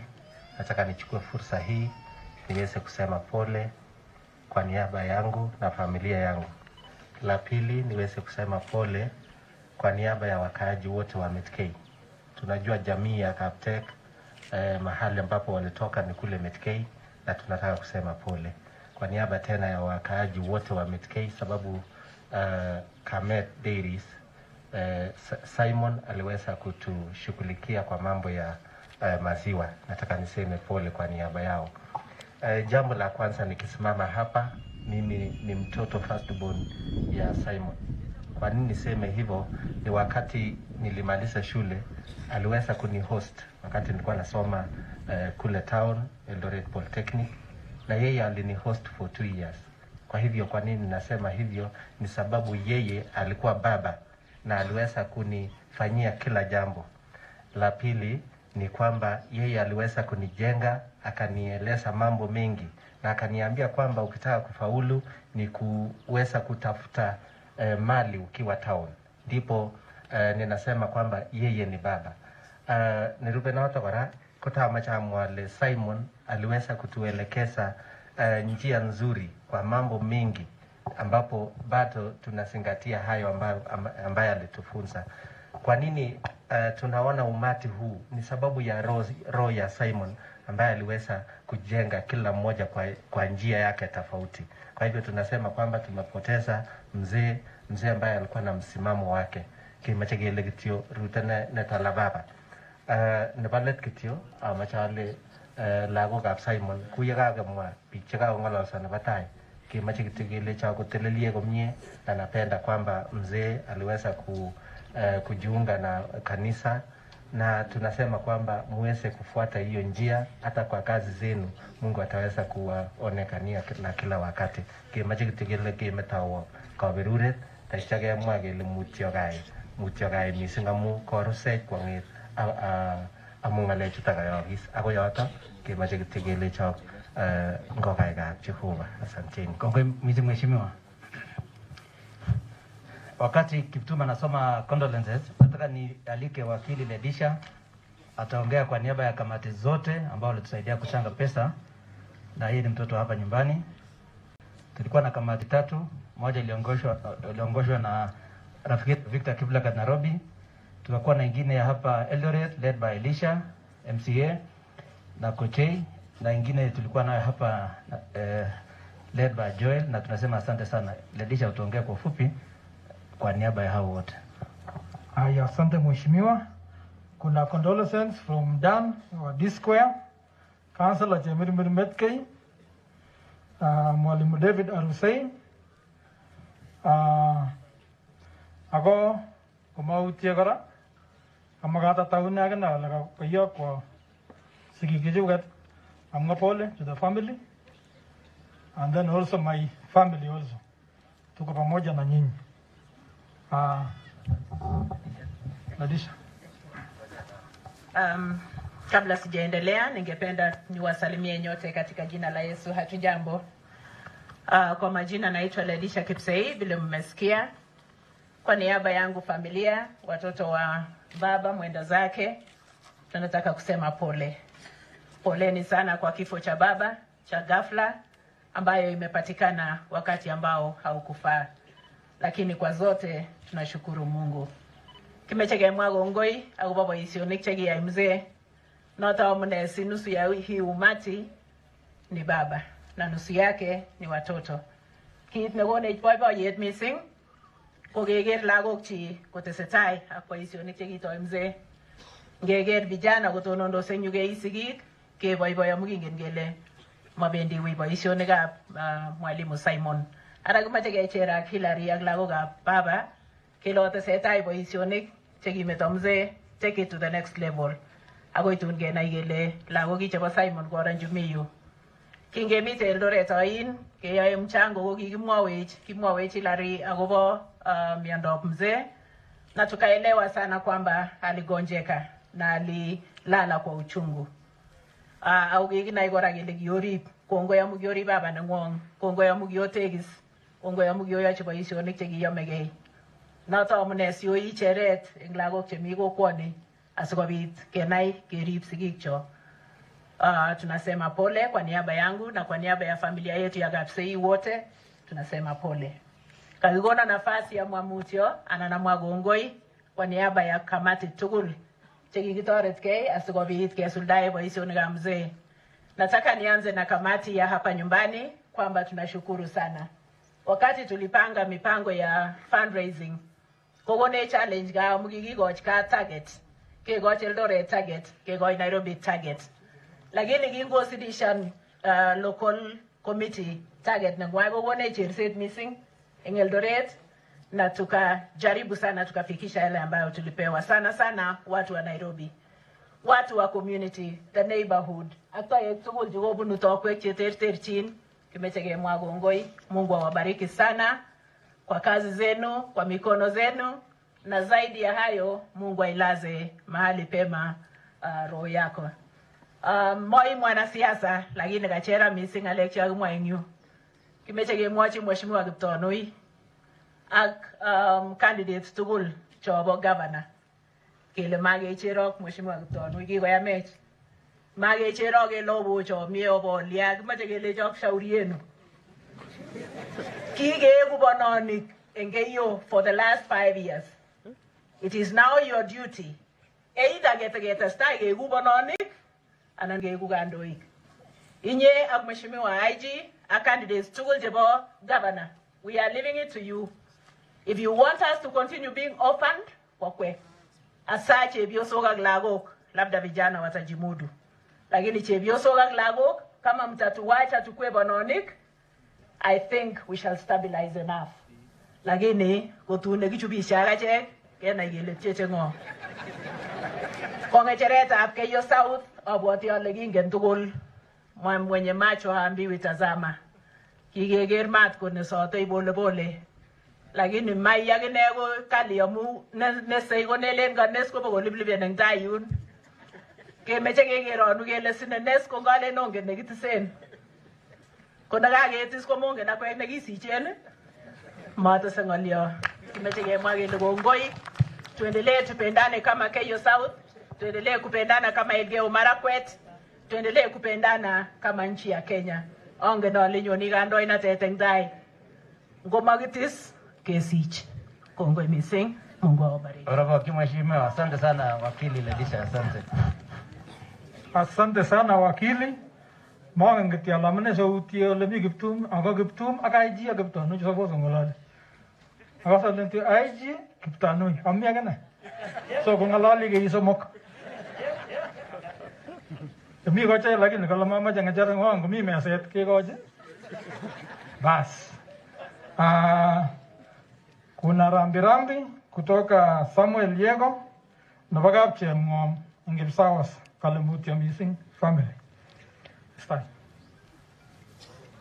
Asante sana kwa wale wote ambao wameongea. Nitasema tu machache mno ndio nimkaribishe Mheshimiwa Rono ambaye ni mbunge wetu hapa, atoe pole, na pia mkaribishe rafiki yangu ambaye tulikuwa naye bungeni, Mheshimiwa Bet ambaye alifunza na marehemu katika shule moja. Kwanza kabisa kama on behalf of my family, hata kama kwa jumla nasema pole sana kwa family. Tumekuwa pamoja na nyinyi kama jirani, hata jana juzi tumekuwa kila wakati, na tunasema poleni sana. Mungu awafariji, awapatie nguvu, akutorotaya. Kabla sijasema ya pili, nataka nishukuru Ben Kiptanui ambaye amejiunga na sisi, akama msafu kwa ujumla. Wakati maneno haya yalifanyika, Ben akanipigia simu na akatutumia mkono wake wakati wa mchango. Mwage ile Gongwe Missing Ben a family kwa ujumla kwa support yenu wakati wa siku hiyo. Wakati wa mchango pia Eldoret, the entire team kutoka Elgon Academy ambao wamefika hapa walituchangia pesa zaidi ya 100,000 kutoka academy and former student, na tunasema asante kwa hiyo support yenu. Mheshimiwa Wesley ambaye ni deputy governor sasa hivi ambaye tunashindana naye pia amesema poleni. Mheshimiwa Inspector General Former Boynet amesema poleni sana. Angependa kufika hapa, yeye ni waziri, lakini kwa sababu ya shughuli ya kazi ametuma pole. Na wakati wa mchango pale Nairobi, yeye ndiye alikuwa mgeni wa heshima na walitusaidia kuchanga pesa. Kalamuti Missing awaspira nagine aga kikasanga lecture wakili na waheshimiwa wengine. Bishop Enoch Lagat wa Full Gospel amesema pole. Mheshimiwa Chepkut mbunge wa Inapkoi pia amesema pole, amenipigia simu na amenitumia 5,000 ambayo nitapeana kwa kamati. Amesema pole sana Hilary, Timona, Joyce and everybody, amesema poleni sana. Wa mwisho kutuma pole ni rafiki wa hii familia ambaye jana nikiwa hapa nikaomba ruhusa nikaenda huko karibu na Tambach Kapchangwon. Ernest na family walisema pole sana Hilary na family, Timo, Joyce na kila mtu. Mnafahamu yeye sana, ni rafiki yenu. Anasema wakati baba yenu alikuwa mgonjwa hospitalini, hata baba yake pia alikuwa mgonjwa ya cancer, and they both died at the almost same time, same day. Na mashishi ni leo inaendelea pamoja. So amesema poleni sana, na alinieleza tu niseme kala Simon ukichorwa na karana kichamibiche chang. Akaule chamwale kibaibai mguleldanyi kila wakati, na ni kweli. Na hakuna sherehe yenye Simon alikuwa anakosa. Hata alikuwa anattend sherehe zote hapa na kila mahali. Maleo na balet, wakaamua raiti tapko kwetenyu. Tumejuana na Simon kwa muda mrefu sana. Inge bwayu kwa chorwa uchitapko kwet. Kabisa. Shughuli tukul chikibo area akon ko mami tukumwawo, ikarobon, ikachelewan chiko chebo site, ananieleza kila wakati nikiwa hapa ananitembelea ama namtembelea, na tunasema pole sana. In fact yesterday kuna mzee alisema jambo ambalo ni kweli kwamba ngagimya ni Simon wi mamwachi kingi nyoru ko kitoro kaya nen kile chune borto lin maya on kigere le magarana kule kin maya kabisa baka mwisho kinyoru lin maya borto, lakini kimyane amu kitoro kaya net na Mungu akamsaidia mpaka hapo. Family konga mkiori baba ni mwong agyo kyonya mpaka ikafikia siku hiyo. Kama jasa mkito Timothy Aguilar ogere tae chemiu chete agwa mzene mwao mutunze au marafiki wenu. The network nikitindo baba ni mwong anu tindai otestai expanda agoleli mgulinda mwangu baba ni mwong sikapit konget Kap Simon kwa Kap Simon maji songala kabisa kumnye baada ya hii maneno simagmete kayo so waljini ge kunya gole back tereta Simon go jamgu mi society yen gele mugo number 1 in number of liters chipo chigo na number 2 ke maji kotastai kunoto. Tafadhali tunaomba endelee namna hiyo na mtunze family agotebi agoba kanisa amaje kajeda ni gotebi Simon ba chairman ba kanisa tenyon o ngalale la reactimo one of you lazima gotebi kajeda ni gotebi mzee en kanisa Reformed ngulin en Saumini ni mzuri. Amu tutaenda kwa lazima kebe kanisa ndio siku yetu ikifika tuende mbinguni. Waliona balet. Ko ine ka ko ngalale lishenyu ngalion ni kalin samwa. Kom Kamlesh ak Senator Adams, ofisi ya senator, na sisi wote tukae chini tusaidie mtoto mmoja wa hii familia. I believe inawezekana. Ndago tuko mimur kwa mesene majority leader nda direct ndagili tukao ngaleja lakini mu ko gurumit kidogo onge ngalal agitoret one of the children here agitoret kuna mzee Rotich nikamangolio ngikomeja soma lumina chebo lagoju alo bangan sigitoret lagok chitomi university we kama mwalimu Rotich. I think that's a gemagi ni maana sigitoret ndio waendelee kusoma wasikae nyumbani wamalize university wafanye masters na wafaulu matki mitoji Timothy ak Joyce akila inege ungetoret tugul as a family akibiga kokwet na Mungu atatubariki sisi wote. Kwa ngalekab siasa kwa mira mashishi ako amwa abago kwani kumamwa siasa lakini ko kaspi ngalek cha mawakili nyu aga kamagene Adams kole ongalal komo ngololchini ke acheget ke aspirants kimache ngolol ko kwek biik obire kura amu nyoru biik alak ngemwa kele ngekochi anom kejeret kole makoini kole ngot ko maanom komabire kura ko kele akot biik chengololchin ko kwek zaidi amu achek rahisi kekoshindos lakini mache koshinoto kwek kele yekimwa kele sande nikoni kejeret ko anom nikoni lakwet kebirchi tugul sikefaulen lakini ngot kebe kuyo kibendi nguni keitaman kwame tiondo tugul safari moja so mache kengalal komie ake ngalali nebo iman amjale ile disha ngalaldosi akwa tembean amitai lakini ndo amite tai makikoshine ko buch kora kebetosi buch onge ngalal nebo iman ake mwochi ke kweli kele kitepto yano ongetke majeli kejeret tumesikia maneno yenu na kuna pia kazi wazee wanafanya. Nafikiri within no time Kamlesh tutapata mwelekeo mzuri ambayo itatusaidia sisi wote. Kama machibele mbili sasa piga lake pirwe kura achege tumekipanga ngei. Amacha mora wale tumejipanga na tutapangwa tena tumejipanga vizuri. Baka hapo nasema asanteni. Nataka nimkaribishe mheshimiwa Kamlesh aseme pole na mkaribishe mgeni wetu. Wakati Kamlesh anakuja, ningependa kuwajulisha kwamba kanisa ilikuwa chukue saa 8 sharp na saa hizi ni saa 8:05. Karibu mheshimiwa Kamlesh.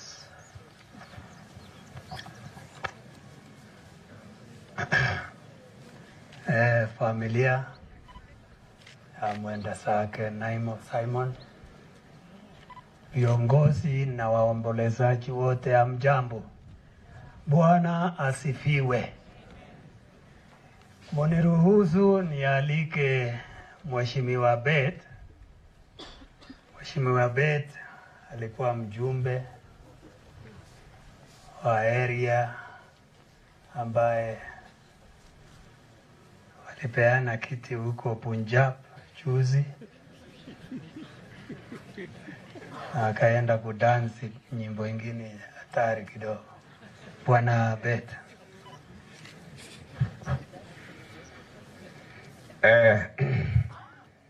Nataka muni wave. Amajo wave ni wagale, walejina yi wagale. Najua mmechoka, lakini I'll be very brief. Kwanza nachukua hii nafasi kwa niaba ya kanisa, family ya Kiplagat, waheshimiwa wote wako hapa, rafiki yangu Kamlesh, rafiki yangu Kamai, tulikuwa yende parliament, apiga ko kwani atama kata tukul ngai da tapje sala jamge ko gen ngalio na ko atinye amjale ngatononi nyu alaji je kulai gai one atononi kwa chorwet ablagat chorwet negina ge ko atar university around 1995. Number 2 kuganyo under the banner nebo the school ne gure Elgon View nigi sugulita Abraham Kiptanui kunota nigi tuyech kwen kumi lagok chekigineti Elgon View ang mwalimu enik chekikolanda mialaga Australia mialaga America age matungekab sang amaja amwaen mwalimu ne gure Kibisu mi America kalamwa pole mi lakwet negele Karokoske ne mi Australia agalake chang ko ka ma ja amwan ni aba ne ba family na nyo a pichuk ak emet ni bageses ni ya MP 2013-2017 ale pole ngalia taga na ma ja arupta ma ja ale amu Kiblagat ko ringetundo. He was a lion because ngiger network na gitinye. If you look at this crowd, nobody was sent a card to come here. Kumu kwa rusi nis niglen kile obwa aungi giger ka sai sigil igere le biju matinya raka because they knew what this man was made of. Amaja ale ki ngetunda jiji. Awi mwagele ngetunda kuye ngetuni. I have no doubt that Mureju Timo Agilari ngama agena gemese. I have no doubt that Uto no ni gadeta Kiblagat. Kimije gete bibo gi go kwet akchoro no. Ke soji this family ke lengoto no gunota. Amaja wektia gongoi committees chugo mildre tawe Nairobi. Ko go no generously. Awu mo Biblia gole whoever sows sparingly will reap sparingly.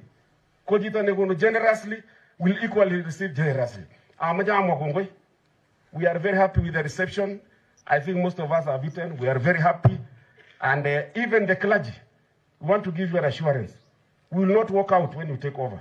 Because we've seen many times when the clergy takes to the podium, many people want to leave. But we want to assure you that we'll give you time so that we can give Kiplagat the deserving send-off that ametufanyia. Lastly, because of time, we all know that 2022, that is next year, we're going for a political election. Ana le madam that, lakini wanu atitile. Aje in this region, ke medege amji votan kila. Ako chama agari ne medege bungo UDA. Anado musmusi. Tanya ge mwa mara madaraj forum. Mami aja giser kaka gi yom nyegole. Tamagisikte. Ako yota ka mojalla jagongoi. Ana ko taga tini ngere ne bageses. Josom. Ngagere ko mitu be to agera len do singilu bi jeb ke yegole. Tos mail ang line ni man. So mo to picture. Others nawapenda sana. Pole sana family ya Kiblagat. We are together. Asante sana Bet. Naongeza kusema pole kwa familia. Mureju, the ladies pole. Kupoteza baba si kitu rahisi. Ni uchungu sana. Kwanza huyu ndugu yangu Hilary rafiki yangu huko Nairobi nasema pole. Jina kabisa yenyewe inaitwa Mea. Kuria Mea jiji. Mwanga na walikisa wa megajer nebo Mea ndane. But that is his famous name. Mutio bwana. Wenyo pole sana. Kage ngalal. Mama jatawageti. Chigage mwa. Simon ini gaguru ko riga yangu. Chenyo gigisiche karibu kenyit agenge tuwai. Ingomi class tisab omi agene class tisab. Komi form 4 omi form 4. Ingomi jebara omi St. Patrick's. Tungetu yole ibo chano in Simon gole yo kabisa yo sila lo anginyi ole agi sindana gigo siche ga sichanenden mut mailo. So ale ara yuene mojoroni kulo atinyelo ole atinyela anyon gagi gerge tuwa eng jota. So Simon he was a very jovial man. Kichi go murenji chiguya ga omwa machi gibrepcha awoto in gomi KD go in board member chairman ago board member bana region in Bayundo ukigai boishe tu awot kingepche basari tukipatia KD pesa ya classroom alikuwa mstari wa mbele kiinende nikitetea njini sugul gole atkimugo neiraene bwana kepche kwen ole amlesh kasana ngimaginyoru rabinik KD isito banda irat kurubek. I salute Simon for a job well done. He has done a marvelous job here in this community, and with no doubt, Mureju oye do as your father has done. do as your father has done. Oyai boishet noyoe ak oyai kosulda. Kakasomen kakimwa nebo lakwet agenge. Kokakip ketuyegei viongozi kiongozwa na senator tukutane pamoja mpaka tusuluhishe hiyo maneno. Mayasine kongogo wako yoin kusere serikali ni nyone amo mami maneno ni sereni. Nebo mwisho amo mamache toteshi ngalek chechang koin ngalekab kandoinatet nebo governor ak lemrecho ngalal. Ko amache yo kingololi mheshimiwa Kiptanui wis ko kikas chi tugen nikile wis ko kole labat. So ngele ngololi ko kiweke kambe kingololi baadaye. So wis meganyitilo ngogen ke ngalala chicha wis. Ongen sinetab kelejin oye ko ngokoromin indo iweke let iweke class agenge. Korom class agenge kosir class aeng. Amu ngokikaisir au kike iku namba agenge imi class agenge siwendi class aeng. Oneweke komatukotuitosi ak chito ningomi nasa nikanyo class agenge. Komaraisi kokaranit sobet ing inye. Amu inyoru kora alak chembia chekaikas kochereke eng yu.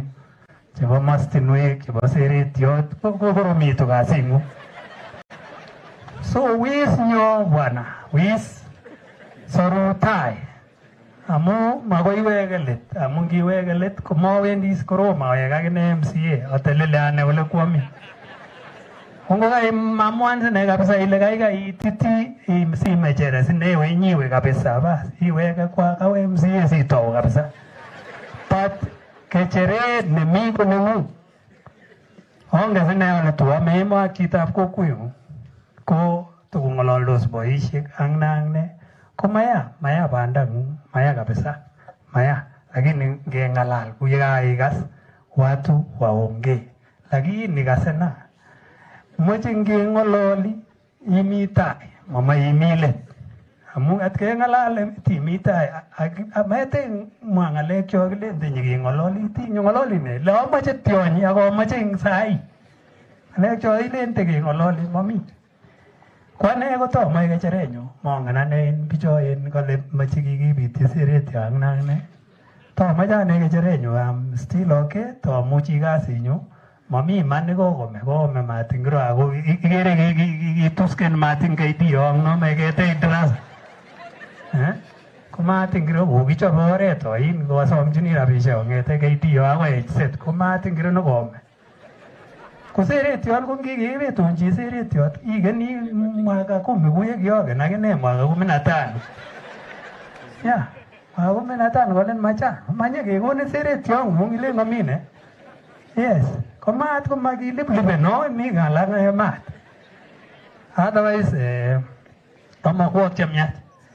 Ko ng'alek chubo UDA bororioni boisiosiekab nganasani ko kiba siko koromit amu kikatkei Raila ak Arap Ruto ak Uhuru.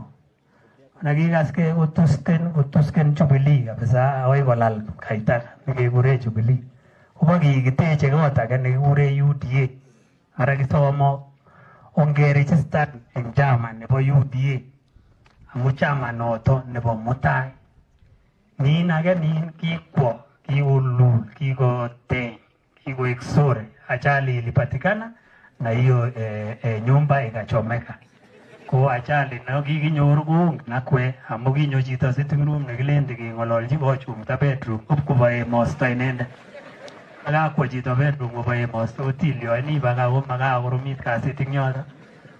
Ko ngetech kaita age nito kikure UDA. Ko ng'alek chumbo BBI komi neyo akongen ole kokome UDA.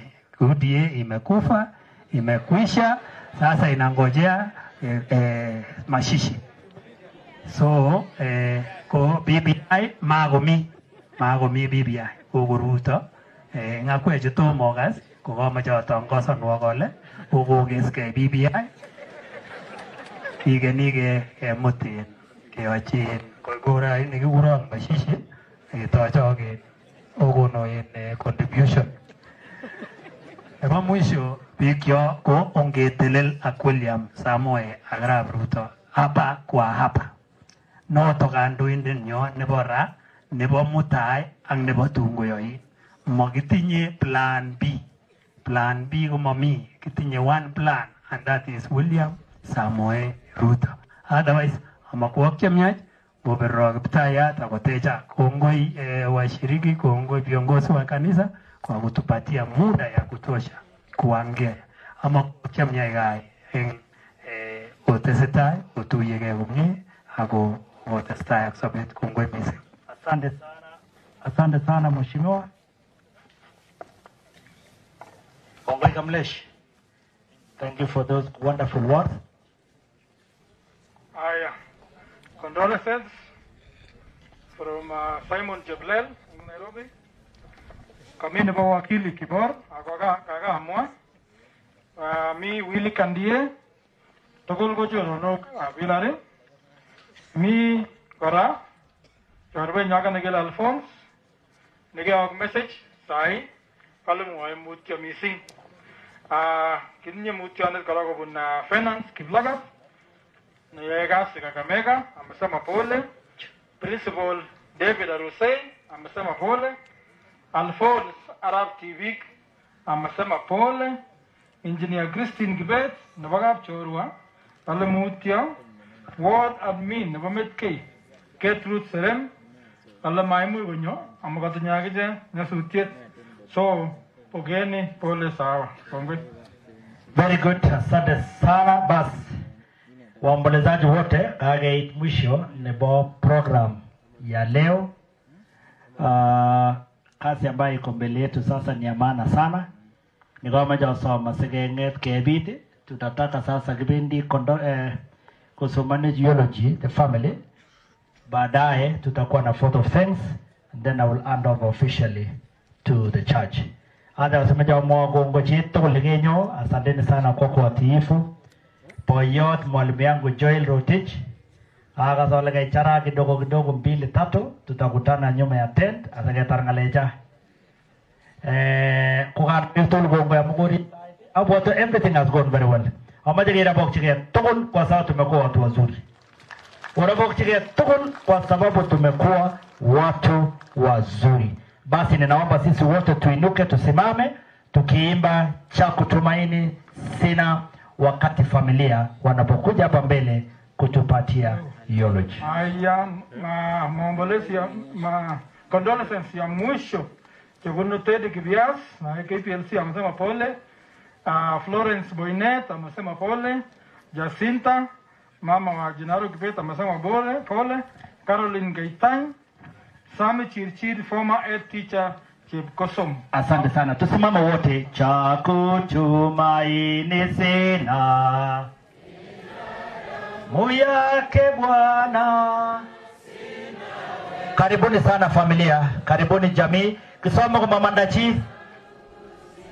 Cha kwake Yesu nasimama.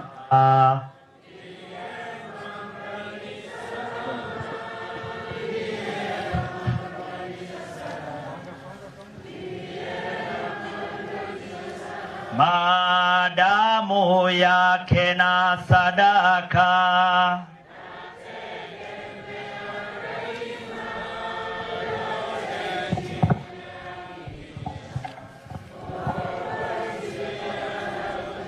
Oh, kwake Yesu nasimama.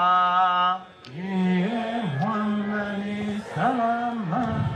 Ndiye mwamba ni salama. Asanteni sana, ninaomba tuketi chini. Wakati now we want to hand over to the family. Familia hii watatuongoza kwa kusoma eulogy. Baada ya eulogy watatusaidia kwa tributes. Baada ya tributes basi tutaita photo of thanks kanisa and then we will go to the grave.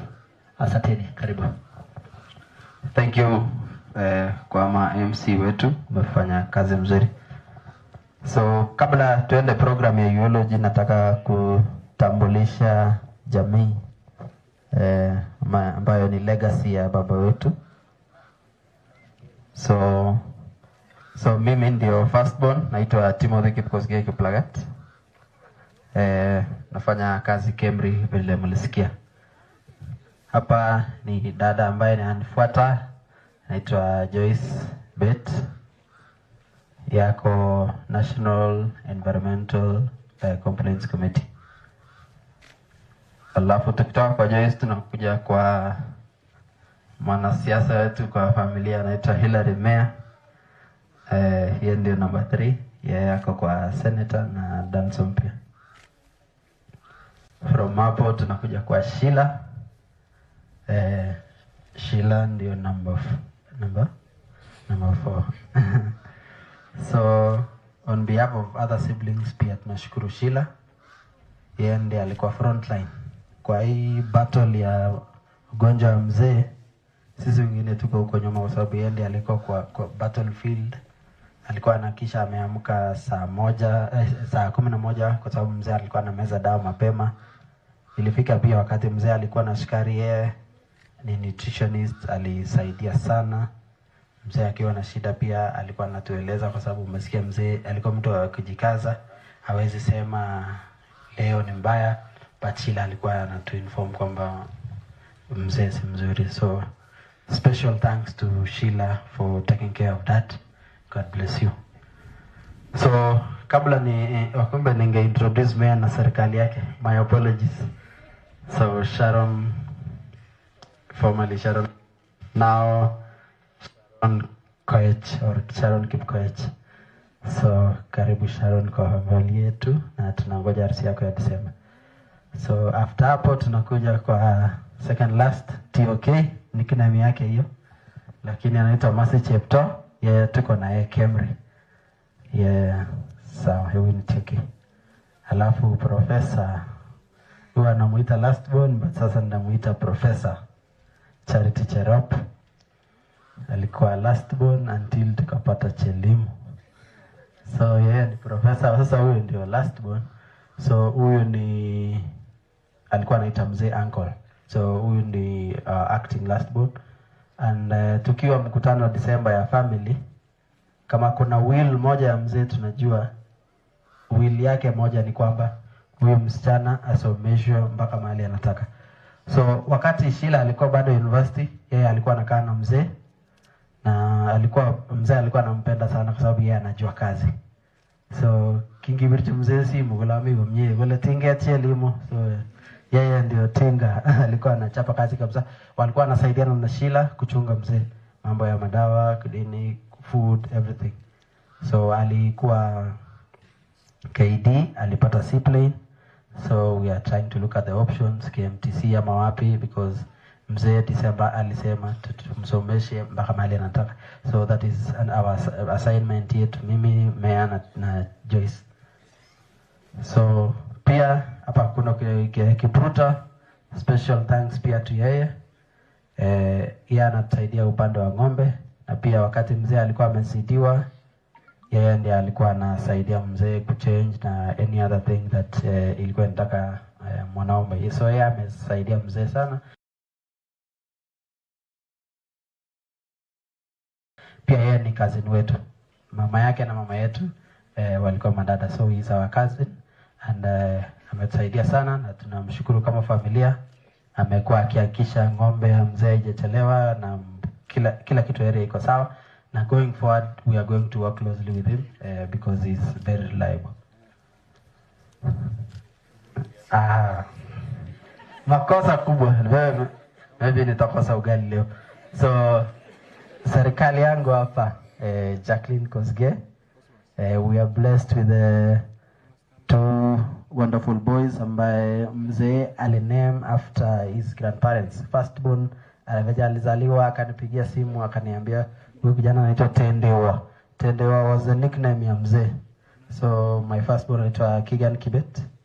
Then niko na wapili anaitwa Leroy Kimutai. Mzee alimuita Chebror, and I think Chebror is the great grandfather.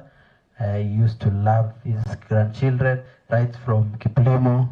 Kwa group anasema amune mgochoronik, si kumpigia simu hata hawezi kuuliza yeye amune kwanza, anasema amune mgochoronik. Tukija weekend anasema Yeah, ananunulia kuku, so every weekend tulikuwa tunaenda na kuku na yeye ndiye analipa maziwa pia. So he used to love the grandchildren right from Kinatendai. So Joyce pia serikali yake yako kuja boss. So Joyce na boss, they are blessed with 3 children. There is Kiplimo, Tendai and Ayana. So huyu ndio boss, the husband to Joyce. So you and your family and brief boss. So tutaongozwa before tributes, Sheila atatusomea eulogy.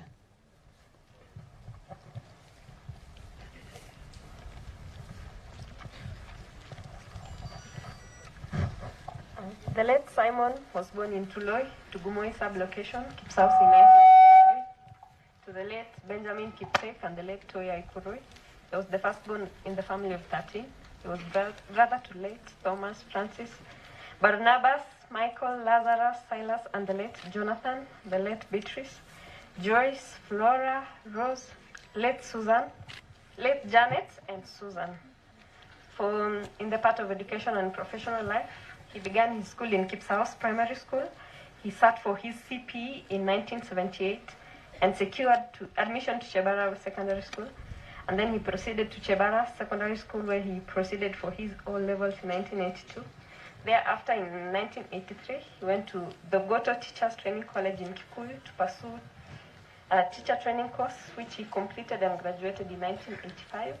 He was posted by the Ministry of Education to Tendwa Primary School in Kaptagat, where his teaching career began. He taught at Tendwa Primary for 2 years before transferring to Kaptagat Preparatory in 1988. He continued teaching until 1992, where he moved to Ngonview Academy in Eldoret. While in Ngonview Academy, he continued discharging his duties not only as a teacher, but also took other administrative duties. The late Simon taught at the school up to his retirement in 2014. Upon his retirement, he moved to Kipkabus Dance Farm, where he dedicated his time to what he loved most, his family, dairy farming, and serving the community in various capabilities. In part of family life, he was a family man who valued and cherished his family. He was married to the late Sarah Rutobet in 1988 and were blessed with 6 children: Timo, Joyce, Hilary, myself, Sheila, Mercy, and Charity. He was a grandfather to Kiplimo, Tendai, Keegan, Ayana, Travis, and Leroy. He was father-in-law to Boaz, Jacqueline, and Sharon. For his Christian life, he was a devoted Christian and a church leader and also a church elder. He worshipped the Lord in the Reformed Church of East Africa, Tingwo. He was an active member and played a key role in various church projects, including the construction of the church and other facilities within the church. Until his death, he was the chairman of RCEA Tingwo. For the community service, Dad loved to serve, and he served wholeheartedly. He was a man who wanted the best for everyone in society. He was a passionate dairy farmer, and due to his dedication to dairy farming, he was nominated by the community into leadership as a committee member for Lelmoit, a board member of Metke Multipurpose, and the chairman of Kamet Dairies, where he served until his untimely death. Dad was a great believer in education. Whenever he got a chance, he advised the people of the community to educate their children.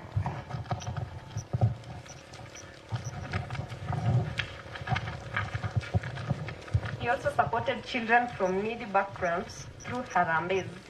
Dad often used his connections to secure slots in various secondary schools, colleges for children in the community, including KMTC, teachers' colleges, and universities. Until his death, he was a board member at KD Secondary School. For his illness and demise, Dad was in good health until 2016 when he started complaining of back pain. He sought treatment and was attended by Dr. Barclay for a few months but his health did not improve. Later in 2016, he switched to Dr. Jesse Opakas in MTRH and was able to regain his health. He lived a healthy life until 2020, where he started experiencing the back pain again.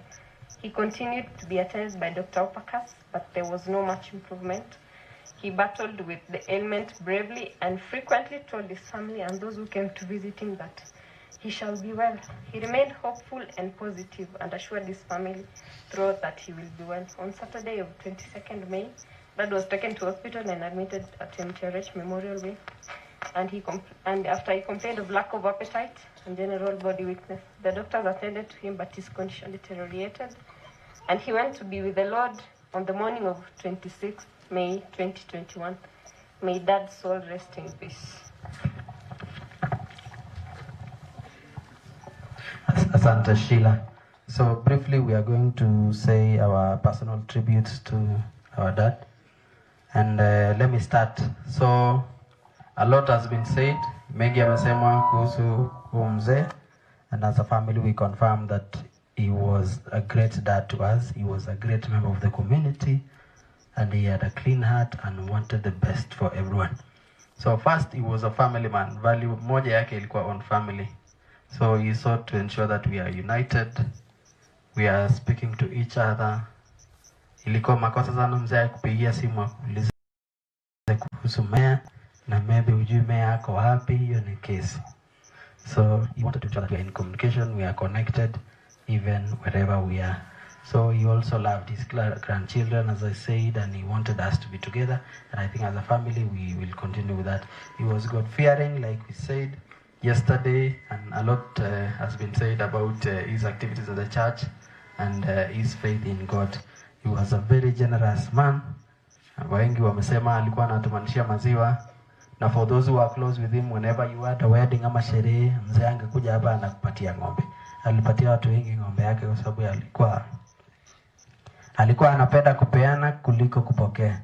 Hata penye sisi tulikuwa tumempata kazi, mzee akikwama anaweza kuambia, Timo, uko na 10k, nikurudishie nikipata ya maziwa. So he loved to give more than to receive. So sasa zingine tunamwambia no, don't, usirudishe. The other thing about mzee, he was caring. He cared for all of us. He ensured that we all went to school. Na yeye mwenyewe alijikakamua. Kuna siku ameita harambee hapa, tulisoma na hizo ng'ombe zilikuwa hapa. Kama mimi, I remember when I went to Egerton, mzee alinituma nienda Inapco nichukue check ya society. So tulisoma kwa hiyo ng'ombe yake ilikuwa hapa. And he was very organized. Despite many of us being in school, he committed himself to educate all of us. Na alisema mtu asome mpaka mahali anataka. Even for my masters, alinilipia naende, alinikaza niende masters venye niliingia Cambridge. Nikamwambia sina pesa, hata akaniombea CDF. Nilipata CDF for my first semester ndio niende university.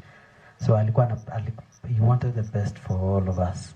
Even for my siblings, kila mtu alisoma vizuri, as I'm sure they will say that. He was a man of wisdom, like many of you said. He could advise you on anything. Alikuwa ni mtu anajua mengi sana, na whenever you unamseek advice kwake, anakuguide because he was knowledgeable. Ni mtu alikuwa anajua mengi na hakuwa anashikilia knowledge. He wanted to share with everyone. Alikuwa anapenda hard work, especially upande wa masomo, investments, family. Hataki ustagnate. Hata kama saa hii sisi alikuwa anatukaza, are you guys investing? You should be buying land na mjenge. Hata mimi huko Nairobi alikuwa ananiambia wacha kulipa rent, tafuta plot ujenge, kwa sababu you don't want to retire na ukuje kushago bila investment. So he valued hard work and progress for all of us.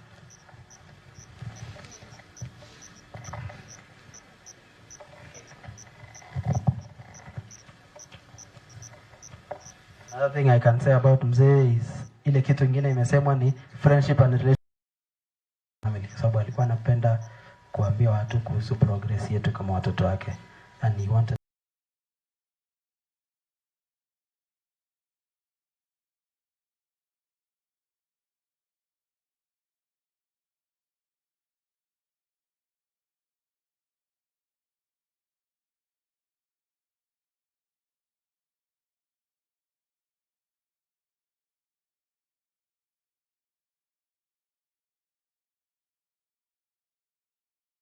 mimi juzi nikuja kumpeleka hospitali, akaniambia we enda na watoto wako umekaa hapa wiki moja, I'll be fine.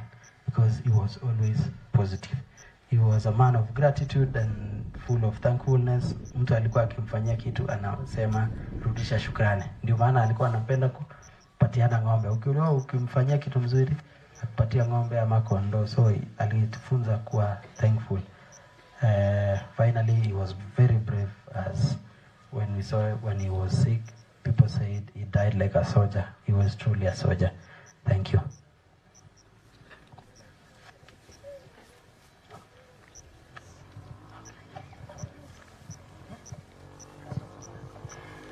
Dad was a very grateful, and he took me as his own daughter. He was very loving and regularly checked on my progress in education and work while asking about the grandchildren. He encouraged me and took pride in my business, often calling me Mlachake. He placed a value in the unity of the family, and he always emphasized we should look after one another. Your grandchildren, that is Tendewa and Chebron, will dearly miss you. May you rest in peace. I'm not going to read my tribute. I'm going to speak a few things about my dad, because my dad was my best friend. And today I don't think I have the strength to accept that he's actually gone. But we thank our friends, our relatives, our neighbors, our church who have stood by us. For those who know, my nickname is Jay. So my dad used to call me. He's the only person who used to call me, who used to talk on a daily basis. He used to call, or I call him. So we used to speak on Airtel. So we'd speak with him for hours. In fact, my friends at work wanajuanga when I'm on call with my dad, because I take a break and go out and talk to him. So my dad has fought a good fight. On the day that I came home, he was not well. I went to his bedroom, he was sleeping. Kolecho kolego matsuko kwamburi. Kola lakini ndasabe sueta kusapcha geliek sawa. Because alikuwa na shida ya kiuno. So akasema hiyo miguu ikipona na kiuno ikipona, he's going to be fine. So tukaongea, I talked to him, akakubali. The next day we went to hospital. And he was a fighter. He went to the doctor. Akaambia daktari, I want you to give me a first aid so that I go back home. My dad never used to like hospitals. In fact, all his life he has been admitted only twice. The first time I'll admit you is when he had his sugar went up, took enda plateau, and now this second time that he did not make it. So he didn't like hospitals at all, but he was a fighter. Akaambia daktari, just give me something so that I can go home and come back tomorrow. Alikuwa anapenda nyumbani sana. I don't think I ever know a time that my dad has not slept at home. He used to love his children. He used to love his cows. So I think hata mimi, that love for dairy farming that I have, I got it from my dad, because growing up, ilikuwa lazima shule ikifungwa, holiday, kenyigege cheva, tunapeleka maziwa dairy, tunatafutia ng'ombe nyasi. So he has taught us well. So today, we are mourning, but we are celebrating a good man. It's unfortunate that he's gone too soon. I wish he stayed a bit longer so that he can enjoy the fruits that he has put in all of us. He has put so much in our education, and hii ndio ingekuwa time yenye we would stand up and let mzee enjoy what he has worked for. But unfortunately or fortunately, God had good plans for him. So we are going to miss Dad. The most difficult time was after he passed on, tukikuja nyumbani. We were coming home to emptiness. There was nothing that we were coming home to. It was very difficult because there's no one anymore here. But we are praying that God is going to give us strength tutashikana kama watoto wa hii familia. We are going to be strong for each other, and we are going to be strong for the community at large. So thank you so much for your support, and God bless you.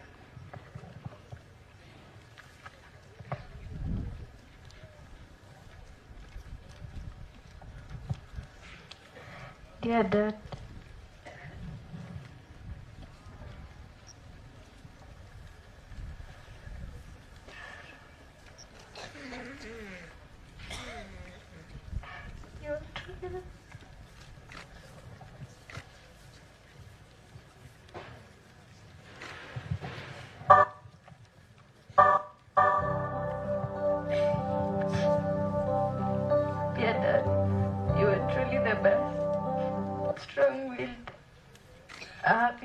and an icon. It breaks my heart that you're no more. Thank you for being my best friend, my mentor.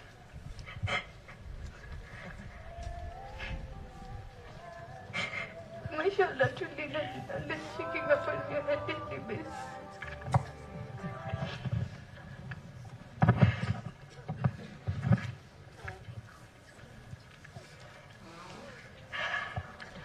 You always ensure that I never lacked anything. I will surely miss you so much, Dad.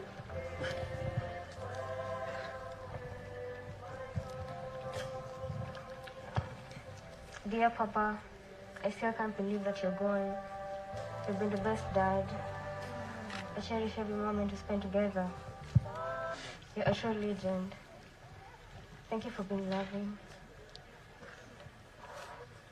providing for us, caring, and always being there for us. I'll truly miss being Daddy's girl. I believe you're in a better place till we meet again.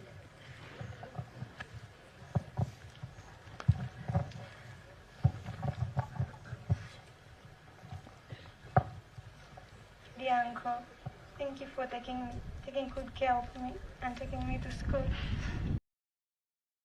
You made sure I never lacked anything. I shall surely live to remember you. I never got a chance to say thank you, but I will work hard so that in heaven you will be happy. Fare thee well.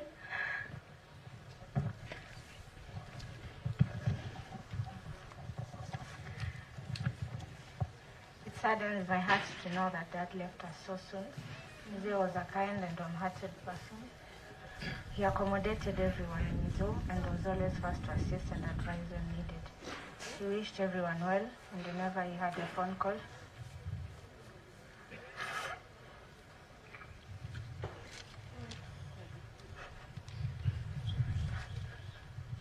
He surely ended by saying, I wish you all the best, Chiptanya. We have the good man has empowered us.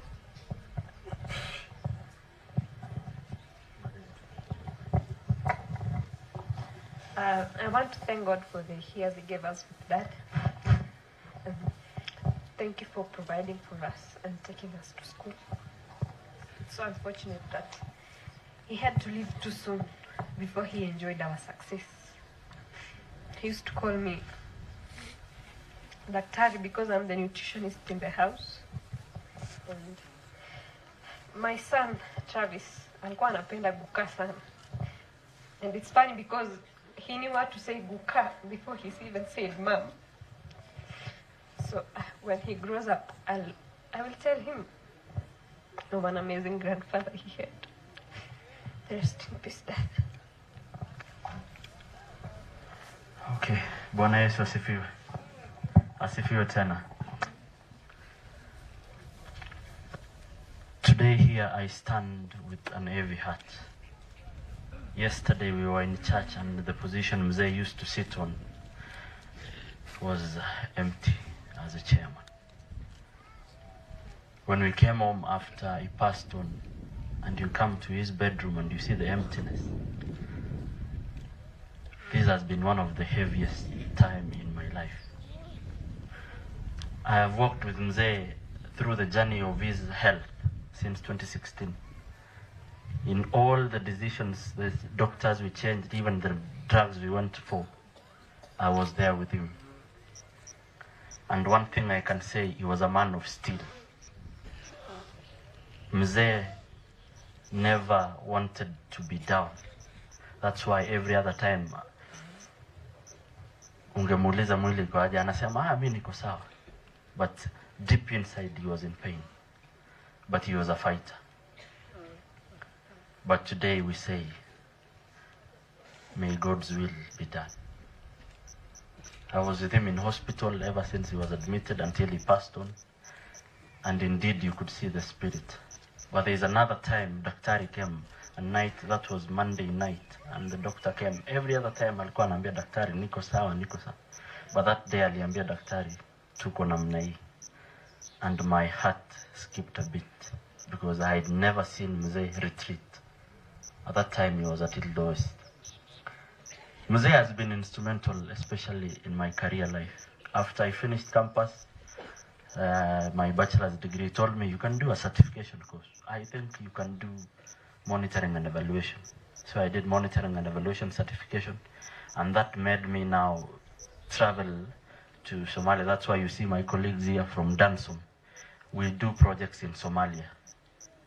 And it was through Mzee who told me, you can do monitoring and evaluation. And that's how I landed the job with Dansum. After that, he told me, you can also do masters, because you have to expand. You are a man with networks. Pale mbele labda serikali ikipangwa hivi, you have to have papers. So I'm finalizing my masters in development studies. And also in our personal lives, Mzee was also concerned. Sometimes he would call the likes of Kiptum and ask Kiptum, because Kiptum was a friend of mine. Kota iromea chorwa ngula. Kule Kiptum wale na hii chorwa. Kule acha machorwa na winyi. So Mzee kitambo really wanted, aone hata mimi nimepanga serikali. But mimi, I think my mind was elsewhere. So when wacha tu nijistaki. So kinachot masters kidogo kule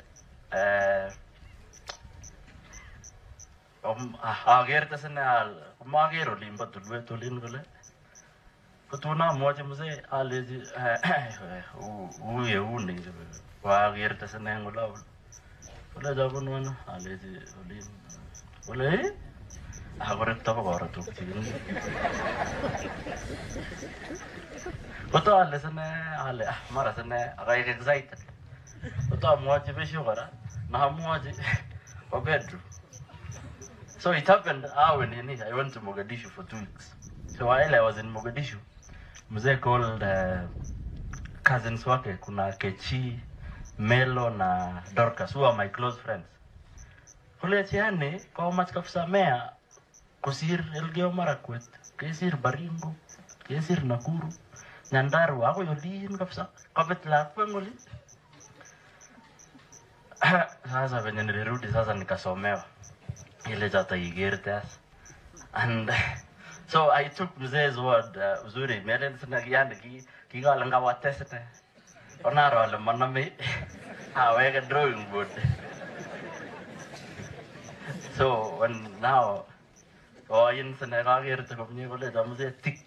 Ko immediately kule jago na nambet, ako birja kule chepta niya mo na. Anyway, so that was Mzee's other side. But all in all, what I want to say is, Mzee was a man who has left a legacy. And Mzee's legacy, I want to assure you, will never go to the West. I want to assure you, as the sons and daughters of Mzee, we shall stand firm. Ile kazi Mzee alikuwa anafanya kuanzia hapa nyumbani, dairy. Tutaendelea kuongeza maziwa, tutaendelea hata ipande zaidi. Hawa wasichana wamebaki hapa nyuma, wadogo zetu, tutakuwa baba na mama. Tukiwa mimi na Timo hapa na Joyce. We shall stand and our family name will continue to shine as it is. That one I assure you. And not only here, even the community work, zile mchango Mzee alikuwa anafanya na ile kusaidia watu, hata huyu msichana Hailin tutamshikilia mpaka mwisho. And lastly, kazi ya Bwana. Tumefanya kazi ya Bwana. Mzee alitufunza culture ya kufanya mchango. Tumefanya mchango ya kujenga nyumba ya kanisa, nyumba ya pastor pale kanisani. We did tiles and ceiling with Mzee. In fact, akaniambia Hillary, you have networks. I talked to Buzeki, akatupatia 50,000 and other friends hapa. Tukamaliza hiyo kazi. Ilikuwa tu imebaki tupige rangi, alafu tukuje tusherekee sasa our wedding with Sharon. Lakini all in all harusi tutafanya na mzee atafurahia hata mahali atakuwa. Kwa hayo machache nataka nishukuru na niwaambie Mungu awabariki. Can I proceed? So let me proceed to vote of thanks, then we allow the clergy to come in. So I'll begin with God. God has been faithful. Since 2016 up to now, His grace has been sufficient. We thank God. I want to thank my siblings, all my siblings. We have been working as a team. Sazile mzee amelemewa, Timo comes. Sazile kidogo Timo akona pressure ya kazi, mimi nakuja hivyo. We have been working as a team. Joyce, Sheila, Charity, Mercy. We have been working as a team. All of us. So I want to thank you so much. I want to thank the church. Kanisa imesimama na sisi. Mzee alikuwa chairman ya kanisa, lakini they would allow him to execute his duties akiwa hapa. Na pia they have been visiting na kumuombea. Led by Chairman Chesang, Pastor Kiprop and all of you. You are amazing. Mungu awabariki. Honorable Kiptanui, jirani. Kiptanui alikaa na sisi ever since mzee akiwa mgonjwa. Sometimes I would call him, pitia angalia mzee. And even the last few days mzee akiwa hospitali, Kiptanui used to come each and every day. Even the last day before mzee passed in the morning, Kiptanui was there and he told me, Hillary, you have to take courage. Asante sana. Ngania and your team, asanteni sana. You have been a true friend to mzee, and even in death, you have been his true friend. And you came severally to hospital. Daniel Kiptum, great friend, asante sana. Pia wewe you came severally kuangalia mzee, and ubarikiwe, you and your family. I extended wakina Carlos, Samson, your wife, mzee, and even your mother. Asanteni sana. Joel, who has been the chairman and team committee hapa, Mungu wabariki sana. Daniel Tanui, Labot, Nathan, Alfayo, and the entire team, Mungu wabariki sana. Elgonview Academy, mubarikiwe. That's all I can say. You are amazing. And hiyo network yenu na sisi isiishe because mzee ameenda. We are still part of you. Neighbors at large, all the neighbors, kama unajua wewe ni jirani yetu hapa, hata Kipsaos, all neighbors, Mungu awabariki sana. Elisha, you have also been the chair of the committee Eldoret. You came here severally to see mzee. You have been a personal family friend for a long time. Mungu akubariki sana. Office ya senator, led by Adams. Adams severally used to call me and ananiambia mzee ako aje. They had even planned a few weeks before mzee passed, walikuwa wakuja waone mzee na senator. Unfortunately, senator akakuwa held up.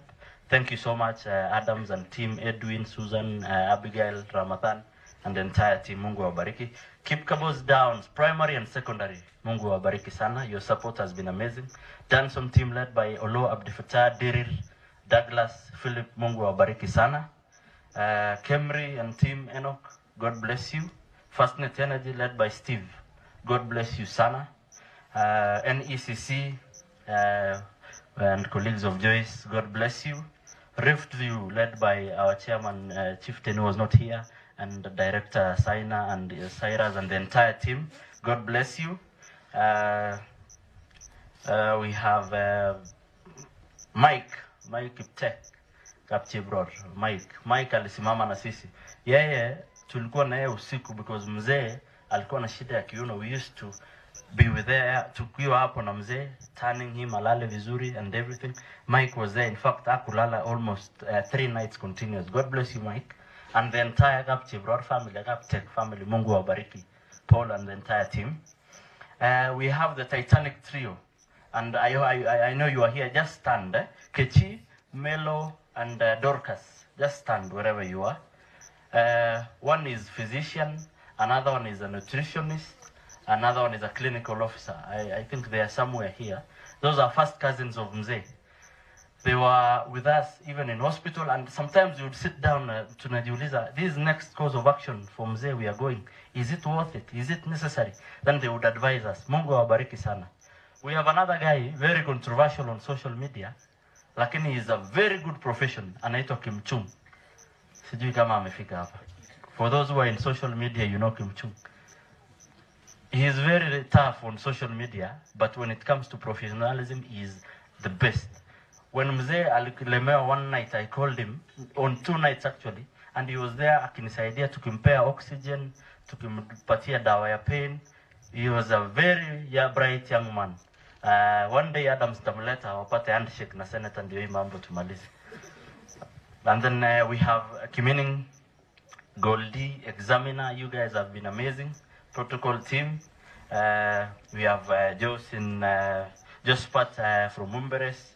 We have Eldoret Oncology led by Dr. Opakas. Memorial team and Sumukwa, Dr. Sumukwa. I also want to also give thanks to Kochei for the good work he has done as an MC and also as a mobilizer in Eldoret. Ledisha and your team and your family, you guys have been amazing. And I want to finish. Luka Chemweno hapa alitusaidia na gari yake, Cornelius. God bless you all. Kama nimekusahau, wacha niseme, Mungu, if you played a role, even if you did not play, God bless you. Baraka ya Mungu iwe nanyi. Asante. Okay, kuna familia moja, I think mimi umesahau, Kapcheptilis, mulimpeleka mzee severally. On the same note, our professor severally alikuja kupeleka mzee OC. So I want to acknowledge you and appreciate you. God bless you. And with that, we are done. We want to tell our senior to rest in peace, and we will be together. Wonderful. Thank you. Asanteni sana family. Asanteni sana, sana, sana. So we want to, therefore, it's exactly 3 p.m. Na kabla sijaita kanisa, I'm sincerely sorry. Mama Maureen, Stanley Bett and your family and the entire Kibisu family. God bless you. Bas, hapo awali tulikuwa tumepata rambirambi kutoka Mheshimiwa Chepkonga. Bas, sasa tumepata sasa rambirambi official kutoka Chepkonga. Kwa mimi kwa background nataka ilagide saizi tumepata sasa ile original. Na jana alisema huko lano huko le Chemgoror County. Yeah, huyo mtoto wa jana naye huyo that will be an automatic governor in the here. Now that the deputy governor has come, nyole kitia chamge ngachelewa ni gongoi agitebungwe. Alafu kwa sababu muda imeenda, kabla sijaita kanisa, karibu sana bwana DJ. So that I don't look you out, karibu sana. Kage tark magic tigerikte yumbora, but because of you, kuje tu. Asante sana. Thank you so much. You was with us on Friday and during the fundraising. Tumekuwa pamoja na tunashukuru Mungu sana. DJ, over to you. 1 minute. Asante sana. Familia ya rafiki yangu Simon na watoto biga kwa ni tugul akanisa aja makata tugul ngani tab Yesu alichamge ongegatke tugul. Bwana asifiwe tena. Matne ngal chang amaja mamute mising amkanyo late kata uni mazishi ni bajita ko kwet ngaoli lakini ka lazimisha na agisha ndakaitu yu ako heshima nikitingekea ak Simon, mzee Simon.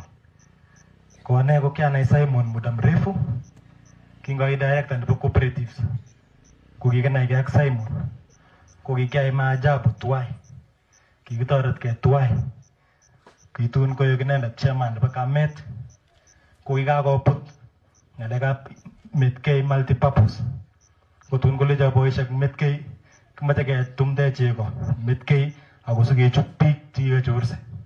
Asom boishe choto alechi ukuni nafas kidogo kecheng oret kotun koyen boishekab Metkei ak BMit kotuyekee eng Kamet ak kotoretech mzee. Na huyu mzee amekuwa rafiki yangu tangu siku hiyo, nimefanya pamoja na nimekuja kwa hiyo heshima kubwa sana. Kitendo kama jamaa mmoja kokwani ongesup ngalek chikimwoe mzee boyoni kokimokchini biik kosopcho chemengech. Amache alecho biik tugul chemika ongekilgei ongetestai kechut cooperatives ak ketoretkei tugul ako sikeyoku mokorek makomi oret age ngomakinamgei ng'weny sikeyoku mokorek komami oret age. Ane kama mtu ya cooperatives konoto kitu namache amwawa ko nebo mwisho Kamache amwochi family nandicho kotestai konamgei akoyai kasi pamoja akoripgei. Chemi kokwoni tugul amache kityo ametoiwo ng'oliot agenge. Siku hizi ngitinye mzazi, ngitinye chitab kokwet, ngitinye chi age tugul nomi tuwai, hakikishan kotokosobo chichoto. Ihakikishan kile keborchi chomyet akiborchi akeyochi kasit tugul nemeche situn ngowechinigei kowendi ak mugulel nekararan. Ngoto mzazi imut sipitali age tugul nemeche situn ngowechigei imi at peace, komeimigei ile kowomse anan komwane. That is the only thing that I am going to tell you. Kochebo emet kotun umwoe betut age, lakini kamache kityo akote speaker amwochi bichu alechi kakase mi abwati ale mi mheshimiwa chemiu, amache amwoiwo kityo ale emet nemi barak kokikotumtuman kidogo, lakini msishtuke. Cham komi Jehova, kicham komi biik alak chekimwoe kole mi kinandet age nemang'ete kole hakuna mtu atasimamisha hata mbinguni, lakini kaisimamishan kipsengwet akoibirto charges chebo kotini, kobirto en santurit no kichesane rege akotuito no kikure ne kinandait. Kotun kisoe Jehova kelechi kotestai kunoto sikonyor Kenya peace akotestai komie. Kwa yote Mungu awabariki. Asante sana. Kongoi. Bas ninajulishwa mi kityo pola. Okay, sorry, Kautie. Vote of thanks to Kamamsa family, the entire family of the late Abraham Kiptanui, and Kap Chemenge, Kap Stanley, Kap Wilfred. Asante sana, Georgie, I know you had to fly all the way from the US. Asante sana, Patrick, for the good work coordination, and Nathan Bet and the entire team. Asante. Bas, yewendi kanisa kukomeche kitesa bomo kole chakui kibendi kibe borto kibuneyo. Ara komeche asomwa mama asisipota wabangan ke mapema. Kama ikiwezekana mkuje upande hii, amukui kibendi keibune katikati hiyo. Ndio tusiwa distract, so utamoja utawabangan ulokote be mapema kwa sababu tutapita hapa. Bas, over to you kanisa, asanteni sana. Na wasalimu nyote katika jina la Yesu. Hamjambo. Bwana Yesu asifiwe. So ni wakati wa kanisa na nataka kuwakaribisha nyote katika ibada ili tupate kuendelea na kushirikiana pamoja. Naitwa mchungaji Kiprop, mchungaji wa Reformed Church of East Africa. Na ndugu Simon, katika theology ni kwamba yeye alikuwa ni elder na pia alikuwa ni kiongozi wa kanisa, chairman, na Timo amesema mambo mengi kumuhusu akiwa elder na pia kiongozi wa kanisa. Na kwa wakati huu nataka tusimame ili tuweze kuimba cha kutumaini sina ili tupate kuendelea. Cha kutumaini sina, tutaimba tu stanza ya kwanza na chorus, alafu kisha tutaimba stanza ya pili na tutaketi. Cha kutumaini sina ila damu yake Bwana, sina wema wa kutosha dhambi zangu kuziosha. Kwake Yesu nasimama, ndiye mwamba ni salama, ndiye mwamba ni salama, ndiye mwamba ni salama. Njia yangu iwe ndefu, yeye unipa wokovu. Mawimbi yakinipiga, nguvu zake ndizo nanga. Kwake Yesu nasimama, ndiye mwamba ni salama, ndiye mwamba ni salama, ndiye mwamba ni salama. Asanteni na tuketi. Kwa niaba ya kanisa la Reformed Church Tingwa, ningependa kumkaribisha ndugu wetu Samuel Chiasam ili aweze kunena kwa niaba ya kanisa. Simon alikuwa ni chairman na naibu wake alikuwa ni Chesang. Kwa hivyo yeye atapata kunena kwa niaba ya kanisa letu la Safina Tingwa. Alafu kisha nitamkaribisha chairman wa parish ambaye ni Philip aweze kunena kwa niaba ya parish. Kwa hivyo karibu Chesang, na wakati anapokuja ningependa washiriki wote wa Reformed Church mahali popote tulipo tusimame atuweze kupunga mkono. Washiriki wetu wote wa RCA mahali popote tulipo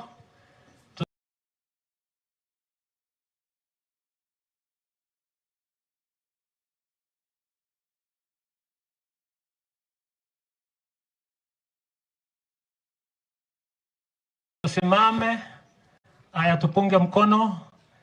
Asanteni sana. Hawa ni washiriki wetu ambao tunashirikiana pamoja, wengine wako kule na tunashukuru. Kwa hivyo karibu Chesang kwa niaba ya local church.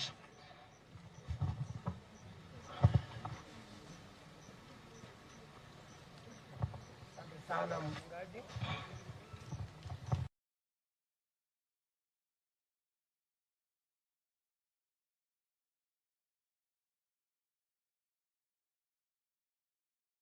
Local church ya Tingwa. Nikapenda kuchukua nafasi hii nitoe pole zangu kwa jamii ya mwenda zake mzee Simon. Tulinena jana tukiwa kanisa. Simon tumejuana naye kwa muda mrefu tangia alipoungana na sisi katika kanisa la Reformed Church Ukutingwa. Tumefanya kazi naye, na zaidi ya hayo tumefanya kazi naye mpaka tukaitana Bagule kwa sababu ya kazi ambayo tulifanya kama jamii ya kanisa na jamii zetu. Kwa hivyo nataka niseme Simon alitupata kanisani nikiwa mwenyekiti na akawa naibu wangu kwa muda wa miaka 8, na nilipomaliza nafasi hiyo ya miaka 8 naye akaja akawa mwenyekiti na nikawa naibu wake, kumaanisha kwamba tumefanya kazi naye kwa ushirikiano na kwa kanisa kwa ujumla. Na zaidi hayo katika upande wa jamii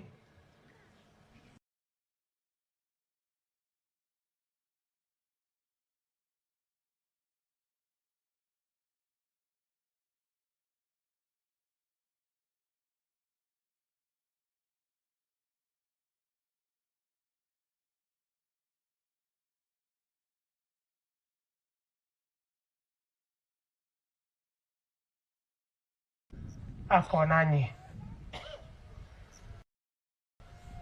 Jambo moja ningetaka niwaambie vijana.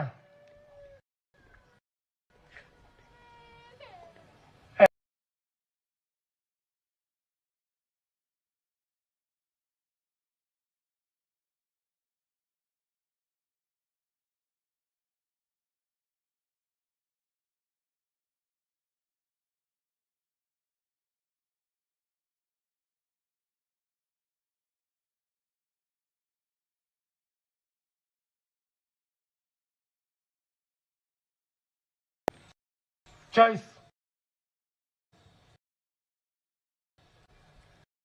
wa karibu na hawa ingawa umeenda kwako. Otherwise sitaki nichukue muda kwa sababu nilinena jana sana. Mungu awabariki na Mungu awaongezee mahali kuna upungufu. Bwana awabariki sana.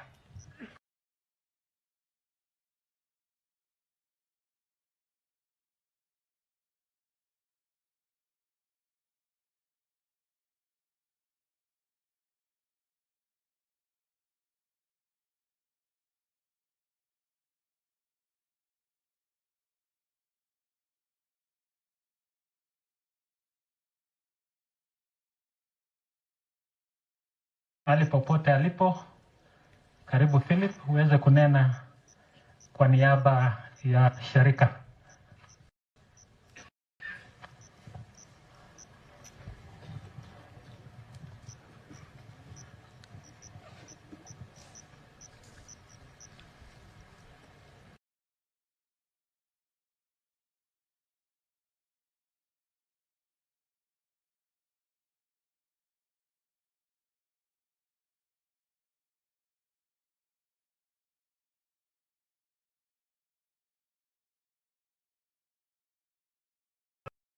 Pili kutoka kanisa la mitaa ya Chelele mahali ninashiriki,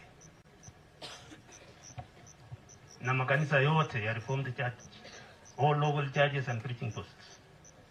Nasema pole kwa msiba. Pole sana kwa hii kifo.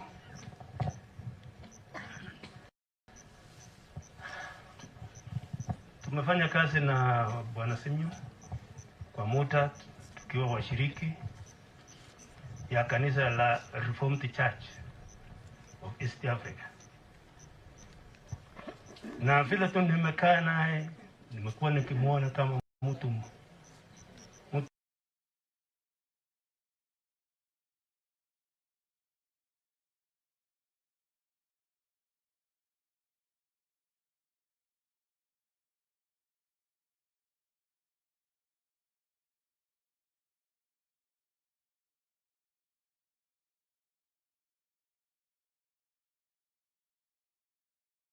sana. Gawa of late alikuwa anakoza some meetings. Mimi nasikia ya kwamba amekuwa mgonjwa. I never knew that the disease has gone to this level. Nasema pole sana. Huyo mtu alikuwa ni mtu wa watu. Alikuwa ni mtu anajitolea kanisani, spiritually and financially. Kanisa ya Tingwa vile mumeambiwa, amekuwa yakiweka rasilimali yake kule. Amefanya wiring kanisa. Umesikia kijana yake hapa amesema ya kwamba ameweka tiles kwa nyumba ya pastor. Alikuwa ni mtu wa kujitolea. Alikuwa anajitengenezea hazina mbinguni. Kwa hivyo sisi kama kanisa tunasema lose mtu wa maana sana kanisa.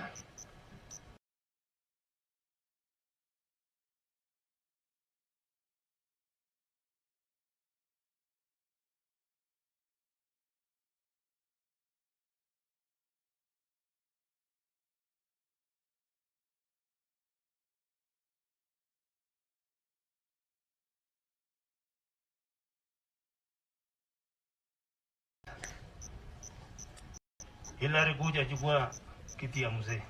Wala mzee alikuwa mtu mzuri sana. Mungu nimekuta kichina kikarara pondo. Kwa hivyo nyinyi kama familia tuendelee ongeaje kazi Mwenyezi Mungu. Magingen atujui kalgingen sai amingene magingen sai sisi zote tutaenda, lakini tutengeneze sina yetu mbinguni na tuwe tayari wakati wote. Wakati wote kengere naweza pigwa awongo tukojei tuosi tayari.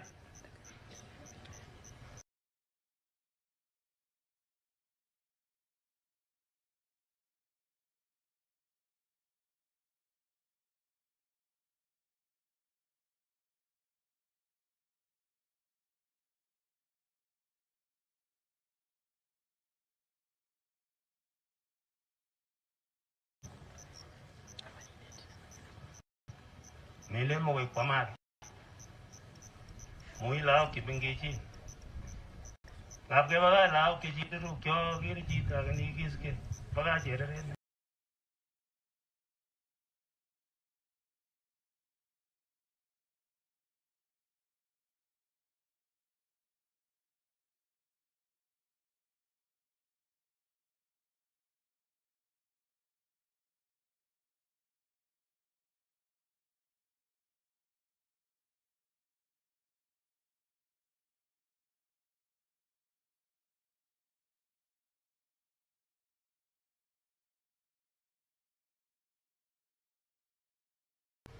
Aku kweti ke kanisa, oba kanisa. Umwichi kanisa. Utkote be kanisa umse. Kuna mati. Ofa uleni.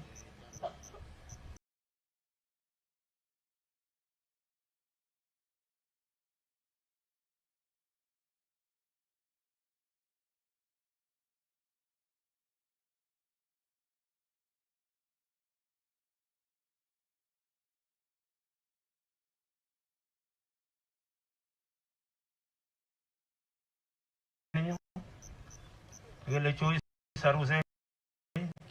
Undare.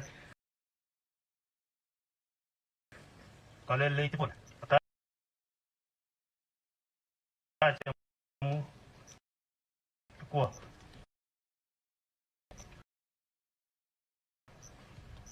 Oh. Utama tadi mito. Jito ni kiasi. Aksimi. Uyo kinyisio kia changa kutusiro. Uga maja nagene asam birusa.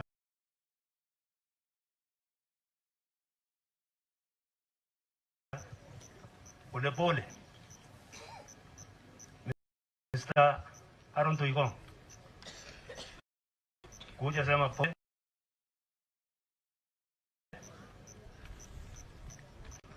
Mr. Tuigong, please.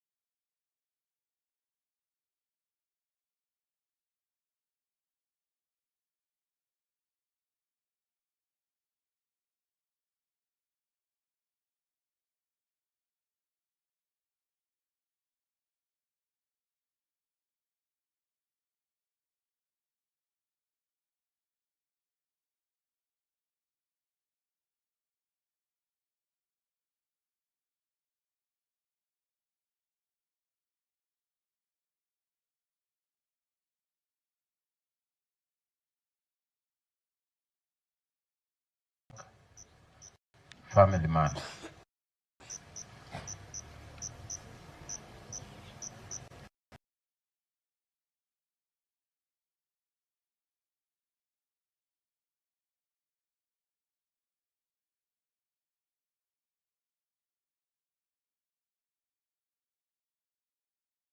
And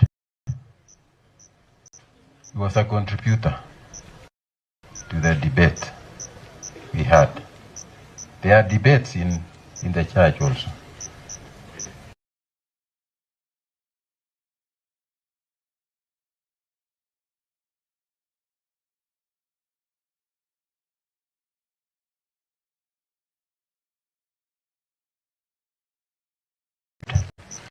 as a man with a steel body. I never saw any weakness. Kumbe, kaki miandosi tugul. Amagimwoe.